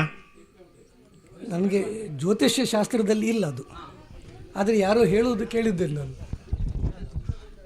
ವಾಸ್ತುಶಾಸ್ತ್ರ ಮತ್ತು ಜ್ಯೋತಿಷ್ಯ ಶಾಸ್ತ್ರದ ವಿಷಯವಾಗಿ ಸ್ವಲ್ಪ ಹೇಳ್ಬೇಕು ನೀವು. ಸರಿ, ಸಂಬಂಧ ಉಂಟಾ ಅಂತ ಹೇಳೋದಕ್ಕೆ. ಸರಿ ಸರ್. ಈಗ ವಾಸ್ತುನಲ್ಲಿ ನಾನು ವಾಸ್ತುಶಾಸ್ತ್ರವನ್ನು ಕಲಿತದ್ದು ಜನಾರ್ದನಿಂದ ಮುಖಾಂತರವೇ. ಆದರೆ ಈಗ 50 ವರ್ಷಗಳಿಂದ ವಾಸ್ತುದು ಮಾಡ್ತಾ ಇದ್ದೇನೆ ನಾನು ಅದರ ಬಗ್ಗೆ ಹಾಗೆ ಆಲೋಚನೆ ಮಾಡಲಿಲ್ಲ. ಅಂದರೆ ಒಂದು ಮನೆಯನ್ನು ನೋಡಿ ಇಂತಹ ಗ್ರಹಗಳು ಅಂತ ಹೇಳುವುದು ಕಷ್ಟ. ಈ ಗ್ರಹದಲ್ಲೇ ನೋಡಿ ನಿಮ್ಮ ವಾಸ್ತು ಸರಿ ಇಲ್ಲ ಅಂತ ಹೇಳುವುದು ಕಷ್ಟ. ಆದರೆ ಈ ದಿಕ್ಕು ಹೇಳ್ಬೋದು. ಉದಾಹರಣೆಗೆ ಈಗ ಮೇಷದಿಂದ ಮಿಥುನ ಆದರೆ ಪೂರ್ವ ದಿಕ್ಕು, ಅಲ್ಲಿ ಅಶುಭ ಗ್ರಹಗಳಿದ್ದರೆ ಈ ದಿಕ್ಕಿನಲ್ಲಿ ದೋಷ ಉಂಟು ಅಂತ ಹೇಳಬಹುದು. ಆದರೆ ಕರೆಕ್ಟಾಗಿ ಹೇಳಲಿಕ್ಕೆ ಆಗಲಿಕ್ಕಿಲ್ಲ ಅಂತ ಗೊತ್ತಿಲ್ಲ ನನಗೆ, ಸರಿಯಾಗಿ ಗೊತ್ತಿಲ್ಲ ಅದರ ಬಗ್ಗೆ. ಅಣ್ಣನ ಹತ್ರ ನಾನು ಶ್ಯಾಮ್ ಸುಂದರ್ ಶೆಟ್ಟಿ ಅವರಲ್ಲಿದ್ದಾರೆ, ಅವರ ಪರವಾಗಿ ಅವರಿಗೆ ಕನ್ನಡ ಮಾತನಾಡಲಿಕ್ಕೆ ಸರಿ ಗೊತ್ತಿಲ್ಲ, ಹಾಗಾಗಿ ನಾನು ಕೇಳ್ತಾ ಇದ್ದೀನಿ. ಈಗ ನ್ಯಾಚುರಲ್ ಬರ್ತ್ ಮತ್ತು ಸಿಸೇರಿಯನ್ ಬರ್ತ್, ಇದರಿಂದ ಒಬ್ಬ ಮನುಷ್ಯನ ಇದರಲ್ಲಿ ಬದಲಾಗ್ತಾ ಇದೆಯೇ ಅಂತ ಒಂದು ಪ್ರಶ್ನೆಯನ್ನು ಕೇಳಿದರು ಅವರು. ಹೌದು ಹೌದು. ಈಗ ಇದಕ್ಕೆ ಉತ್ತರ ನಮಗೆ ಯಾರಿಗೂ ಗೊತ್ತಿಲ್ಲ. ಏಕೆಂದರೆ ಈ ಜ್ಯೋತಿಷ್ಯ ಶಾಸ್ತ್ರವನ್ನು ಸಂಶೋಧನೆ ಮಾಡಿದ ಸಮಯದಲ್ಲಿ ಸಿಸೇರಿಯನ್ ಬರ್ತ್ ಇದ್ದಿರಲಿಲ್ಲ. ಸೊ ಇದು ನಮ್ಮ ಅನುಭವದಲ್ಲೇ ತಿಳ್ಕೊಳ್ಬೇಕಲ್ಲದೆ. ಮತ್ತು ನನ್ನ ಅಂದಾಜು ಜೋಯಿಸರನ್ನು ಕೇಳದೆ ಡಾಕ್ಟ್ರೇ ಸಿಸೇರಿಯನ್ ಮಾಡಿದರೆ ಅದು ಕರೆಕ್ಟ್. ಆ ಟೈಮಿಂದ ಅವರ ಜಾತಕದ ಕರೆಕ್ಟಾಗಿ ಹೇಳ್ಬೋದು. ಜ್ಯೋತಿಷ್ಯರನ್ನು ಕೇಳಿ ಮಾಡಿದರೆ ಅದನ್ನು ನಂಬಲಿಕ್ಕಾಗೋದಿಲ್ಲ. ಹಾಗೆ ಮಾಟ ಮಂತ್ರ ಎಷ್ಟು ನಿಜ ಸರ್? ಇದು ನಿಜ ಅನ್ನೋದು ನಮ್ಮ ಅನುಭವ. ಇದು ಮಾಟ ಮಾಡಲಿಕ್ಕೂ ಆಗ್ತದೆ, ಅದನ್ನು ತೆಗಿಲಿಕ್ಕೂ ಆಗ್ತದೆ. ಏಕೆಂದರೆ ನಮಗೆ ಸಾಮಾನ್ಯ ನಮ್ಮ ಅನುಭವದಲ್ಲಿ ಅದನ್ನು ತೆಗೆದ ಮೇಲೆ ಒಳ್ಳೆಯದಾಗೋದು ಅಂತ ಉಂಟು ನಮಗೆ. ಈಗ ನಾನು ನಿಮಗೆ ಎಲ್ರಿಗೂ ಆಸಕ್ತಿ ಇದ್ದವರಲ್ಲಿ ಈ ಮದ್ದು ತೆಗೆಯುವುದು ಹೇಗೆ ಅಂತ ನಾನು ಹೇಳಿಬಿಡ್ತೇನೆ. ಮದ್ದು ತೆಗೆಯುವಂಥ ಒಂದು ಮೂಲಿಕೆ ಉಂಟು. ಇಡೀ ಏಲಕ್ಕಿ 7, ಆಮೇಲೆ ಒಳ್ಳೆ ಮೆಣಸು 7, ಆಮೇಲೆ ಹೀರೆಯ ಬೀಜ 7, ಅದರ ಹೊರಗಿನ ದಪ್ಪ ಸಿಪ್ಪೆಯನ್ನು ತೆಗೆದು ಒಳಗಿನ ಬೊಂಡು ಮಾತ್ರ ಹೀರೆ ಸಿಪ್ಪೆಯದ್ದು. ಈ 3 ಐಟಮನ್ನು, ಹೀರೆ ಸಿಪ್ಪೆ 7, ಒಳ್ಳೆ ಮೆಣಸು 7, ಇಡೀ ಏಲಕ್ಕಿ ಸಿಪ್ಪೆ ತೆಗೆದು 7, ಈ 3ಅನ್ನು ಮಿಕ್ಸ್ ಮಾಡಿ ಒಂದು ಪುಡಿ ಮಾಡೋದು. ಪುಡಿ ಮಾಡಿ ಇಟ್ಟುಕೊಂಡು ನಾಳೆ ಬೆಳಿಗ್ಗೆ ಸೂರ್ಯ ಉದಯಕ್ಕೆ ಮೊದಲು 1 ಲೋಟ ದನದ ಅಥವಾ ಆಡಿನ ಹಸಿ ಹಾಲಿಗೆ ಇದನ್ನು ಕಲಡಿಸಿ ಕುಡಿಬೇಕು ಬರೀ ಹೊಟ್ಟೆಗೆ. ಇದನ್ನು ಕುಡಿದು 9 ಗಂಟೆವರೆಗೆ ಬೇರೆ ಫುಡ್ಡು ತಗೊಳ್ಳಿಕ್ಕಿಲ್ಲ. 9 ಗಂಟೆಗೆ ಕುಚ್ಚಿಗೆಕ್ಕೆ ಗಂಜಿ ಊಟ ಮಾಡಬೇಕು. ಅಷ್ಟು ಮಾಡಿ ಮತ್ತೆ ಏನು ಬೇಕಾದರೂ ತಗೊಳ್ಬೋದು ಆಹಾರ. ಆ ಇಡೀ ದಿನ ವಾಂತಿ ಮತ್ತು ಭೇದಿ ಆಗ್ತದೆ. ಸಾಮಾನ್ಯ ವಾಂತಿಯಲ್ಲಿ ನೋಡಿದರೆ ಸಾಮಾನ್ಯ ಯಾವ ವಸ್ತುವಿನಲ್ಲಿ ಉಂಟು ಆ ವಸ್ತು ಕೂಡ ಕಾಣ್ತದೆ. ಇದು ಒಂದು ನಾವು ಯಾರೂ ಮಾಡಬಹುದಾದ ಒಂದು ಪ್ರಯೋಗ. ನಾನು ಮೊದಲು ಇದನ್ನೆಲ್ಲ ಮಾಡಿ ಇದನ್ನು ಇಷ್ಟೇ ಹೇಳಿಬಿಟ್ರೆ ಜನಗಳಿಗೆ ಇದು ಭಾಳ ಸಿಂಪಲ್ ಅಂತ ಆಗ್ತದೆ.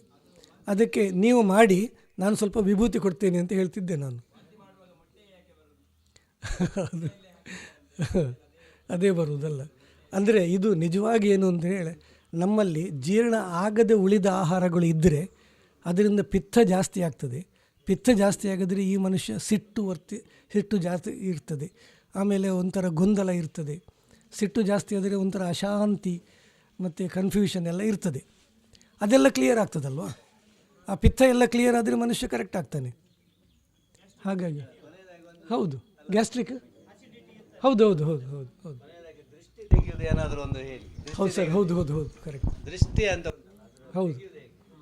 ಈ ದೃಷ್ಟಿ ಮತ್ತು ನಾಲಗೆ ಅನ್ನೋದು ತುಂಬ ಪವರ್ಫುಲ್. ಇಲ್ಲೇ ಮುಣ್ಕೂರಿನಲ್ಲಿ ಒಂದು ಆನೆಗುತ್ತು ಅಂತ ಒಂದು ಹೌದಲ್ಲ, ಅಲ್ಲಿ ಒಬ್ಬರು ಒಂದು ಹೆಂಗಸು ಸುಮಾರು ಇದೊಂದು 60-70 ವರ್ಷದ ಹಿಂದಿನ ಕಥೆ. ಅವ್ರದ್ದು ನಾಲಗೆ ಈ ಥರ ಸರಿ ಇರಲಿಲ್ಲ ಅಂತ ಹೇಳ್ತಾರೆ. ಧರ್ಮಸ್ಥಳದ ಆನೆ ಅಥವಾ ಎಲ್ಲಿದೋ ಒಂದು ಆನೆ ಬಂತು ದೇವಸ್ಥಾನಕ್ಕೆ. ಆನೆ ತಿನ್ನುವುದನ್ನು ನೋಡಿ ಈ ಹೆಂಗಸು ಆನೆ ಒಂದು ತಿನ್ನುವುದೇ ಅಂತ ಒಂದು ಹೇಳಿದರು. ಆಗ ಆನೆ ತಿನ್ನುವುದನ್ನು ನಿಲ್ಲಿಸಿ ಮತ್ತು ಸತ್ತದ್ದೇ ಅದು. ಒಂದು ಮರದಲ್ಲಿ ಎಷ್ಟು ಹೌದು ಹೌದು ಸರಿ ಹೌದು, ಒಂದು ಮರದಲ್ಲಿ ಎಷ್ಟು ಹಣ್ಣು ಅಂತ ಹೇಳಿದರೆ ಮತ್ತೆ ಒಂದು 100 ವರ್ಷದವರೆಗೂ ಕೂಡ ಅಲ್ಲಿ ಏನೂ ಆಗೋದಿಲ್ಲ ಅಥವಾ ಹುಳ ಆಗ್ತದೆ ಅಲ್ಲಿ ಬೀಳ್ತಾ. ಹೌದು ಖಂಡಿತವಾಗಿ ಇಂಥದ್ದು ನಮ್ಮ ಅನುಭವಕ್ಕೆಲ್ಲ ಬಂದಿದೆ. ದೃಷ್ಟಿ ಮತ್ತು ನಾಲಿಗೆ ಪವರ್ಫುಲ್. ಅಂದರೆ ಮೈಂಡ್ ನಾವು ಮನಸ್ಸಿನ 10% ಮಾತ್ರ ಉಪಯೋಗಿಸೋದು ಅಂತ ಲೆಕ್ಕ. ಉಳಿದ 90% ಎನರ್ಜಿ ಉಂಟಲ್ಲ ಅದು ಈ ರೀತಿಯಲ್ಲಿ. ಈ ದೃಷ್ಟಿ ಇವ್ರದ್ದೆಲ್ಲ ಈಗ ಮತ್ಸರಕ್ಕೆ ದೃಷ್ಟಿ ಜಾಸ್ತಿ, ಯಾವಾಗಲೂ ಪವರ್ ಜಾಸ್ತಿ, ಆಶೀರ್ವಾದಕ್ಕೆ ಕಮ್ಮಿ. ಈಗ ಒಬ್ಬರಿಗೊಂದು ಆಶೀರ್ವಾದ ಒಳ್ಳೆಯದಾಗಲಿ ಅಂತ ಆಶೀರ್ವಾದ ಮಾಡಿದರೂ ನಮ್ಮ ಅಷ್ಟು ಏಕಾಗ್ರತೆ ಬರುವುದಿಲ್ಲ. ಆದರೆ ಕೆಟ್ಟದಾಗಲಿ ಅಂತ ಹೇಳುವಾಗ ನಾವು ಕೆಟ್ಟದಾಗಿ ಬೈತೇವೆ. ಸೊ ಅದೇ ದೃಷ್ಟಿ ಮತ್ತು ನಾಲಿಗೆ ಅದು ವರ್ಕ್ ಆಗ್ತದೆ. ಅದು ಖಂಡಿತವಾಗಿ ತೊಂದರೆ ಕೊಡ್ತಾ ಇರ್ತದೆ. ಅದಕ್ಕೆ ಕೆಲವೆಲ್ಲ ಸಿಂಪಲ್ ಪರಿಹಾರಗಳು ಉಂಟು. ಕೆಲವರು ಸಮುದ್ರ ಸ್ನಾನ ಮಾಡ್ತಾರೆ. ಸಮುದ್ರ ಸ್ನಾನವೂ ಸಾಕಾಗ್ತದೆ ಕೆಲವು ಸಲ. ಅಮಾವಾಸ್ಯೆ ದಿವಸ ಸಮುದ್ರ ಸ್ನಾನ ಒಳ್ಳೆಯದು. ಯಾಕಂದರೆ ಅಮಾವಾಸ್ಯೆ ದಿನ ದೋಷಗಳು ಜಾಗೃತ ಆಗ್ತವೆ ಅಂತ ಲೆಕ್ಕ. ಜಾಗೃತ ಆದರೆ ತೆಗಿಲಿಕ್ಕೆ ಸುಲಭ. ಆಮೇಲೆ ಮನೆಯಲ್ಲಿ ಉಪ್ಪು ಅರಸಿನದ ಪುಡಿ ಮತ್ತು ಉಪ್ಪು ಸೇರಿಸಿ ಸ್ನಾನ ಮಾಡಿದರೂ ಆಗ್ತದೆ. ಮತ್ತು ಲೋಬಾನ ಹೊಗೆಗೆ ಅರಸಿನ ಹಾಕಿ ಮನೆ ಒಳಗೆಲ್ಲ ತಗೊಂಡು ಹೋದರೂ ಆಗ್ತದೆ. ಸಣ್ಣ ಸಣ್ಣ ರೀತಿಯಲ್ಲಿ ಅದನ್ನು ತೆಗಿಲಿಕ್ಕೆ ಬರ್ತದೆ. ಆದರೆ ಉಂಟದು ದೃಷ್ಟಿ ಮತ್ತು ನಾಲಿಗೆ ಸಣ್ಣ ಮಕ್ಕಳಿಗೆ ಜಾಸ್ತಿ ಆಗೋದು ಆಗ್ತದೆ. ಇದೇ ರೀತಿ ಈಗ ಮನಸ್ಸನ್ನು ನೋಡಿ, ಈಗ ಹಿಪ್ನೋಸಿಸ್ಸನ್ನ ಉದಾಹರಣೆ ತಗೊಳ್ಳಿ. ಹಿಪ್ನೋಸಿಸ್ಸಲ್ಲಿ ಅವನು ಏನು ಮಾಡೋದಿಲ್ಲ, ಖಾಲಿ ಅವನು ಹೇಳೋದು ಮಾತ್ರ, ನಿನಗೆ ನಿದ್ರೆ ಬರ್ತಾ ಉಂಟು ಅಂತ. ಅಷ್ಟು ಹೇಳಿದಾಗ ಆ ಮನುಷ್ಯ ಎಷ್ಟು ಎಚ್ಚರ ಇದ್ದವನು ನಿದ್ರೆಗೆ ಹೋಗ್ತಾನೆ. ಈಗ ಒಂದು ಮನುಷ್ಯನನ್ನು ನಿದ್ರೆಗೆ ಕಳಿಸಬೇಕಾದರೆ ಒಂದು ಎಂತಹ ಮಾನಸಿಕ ಏಕಾಗ್ರತೆ ಬೇಕು. ಇದೇ ರೀತಿ ಕೆಟ್ಟದ್ದು ಮಾಡಲಿಕ್ಕೂ ಆಗ್ತದೆ.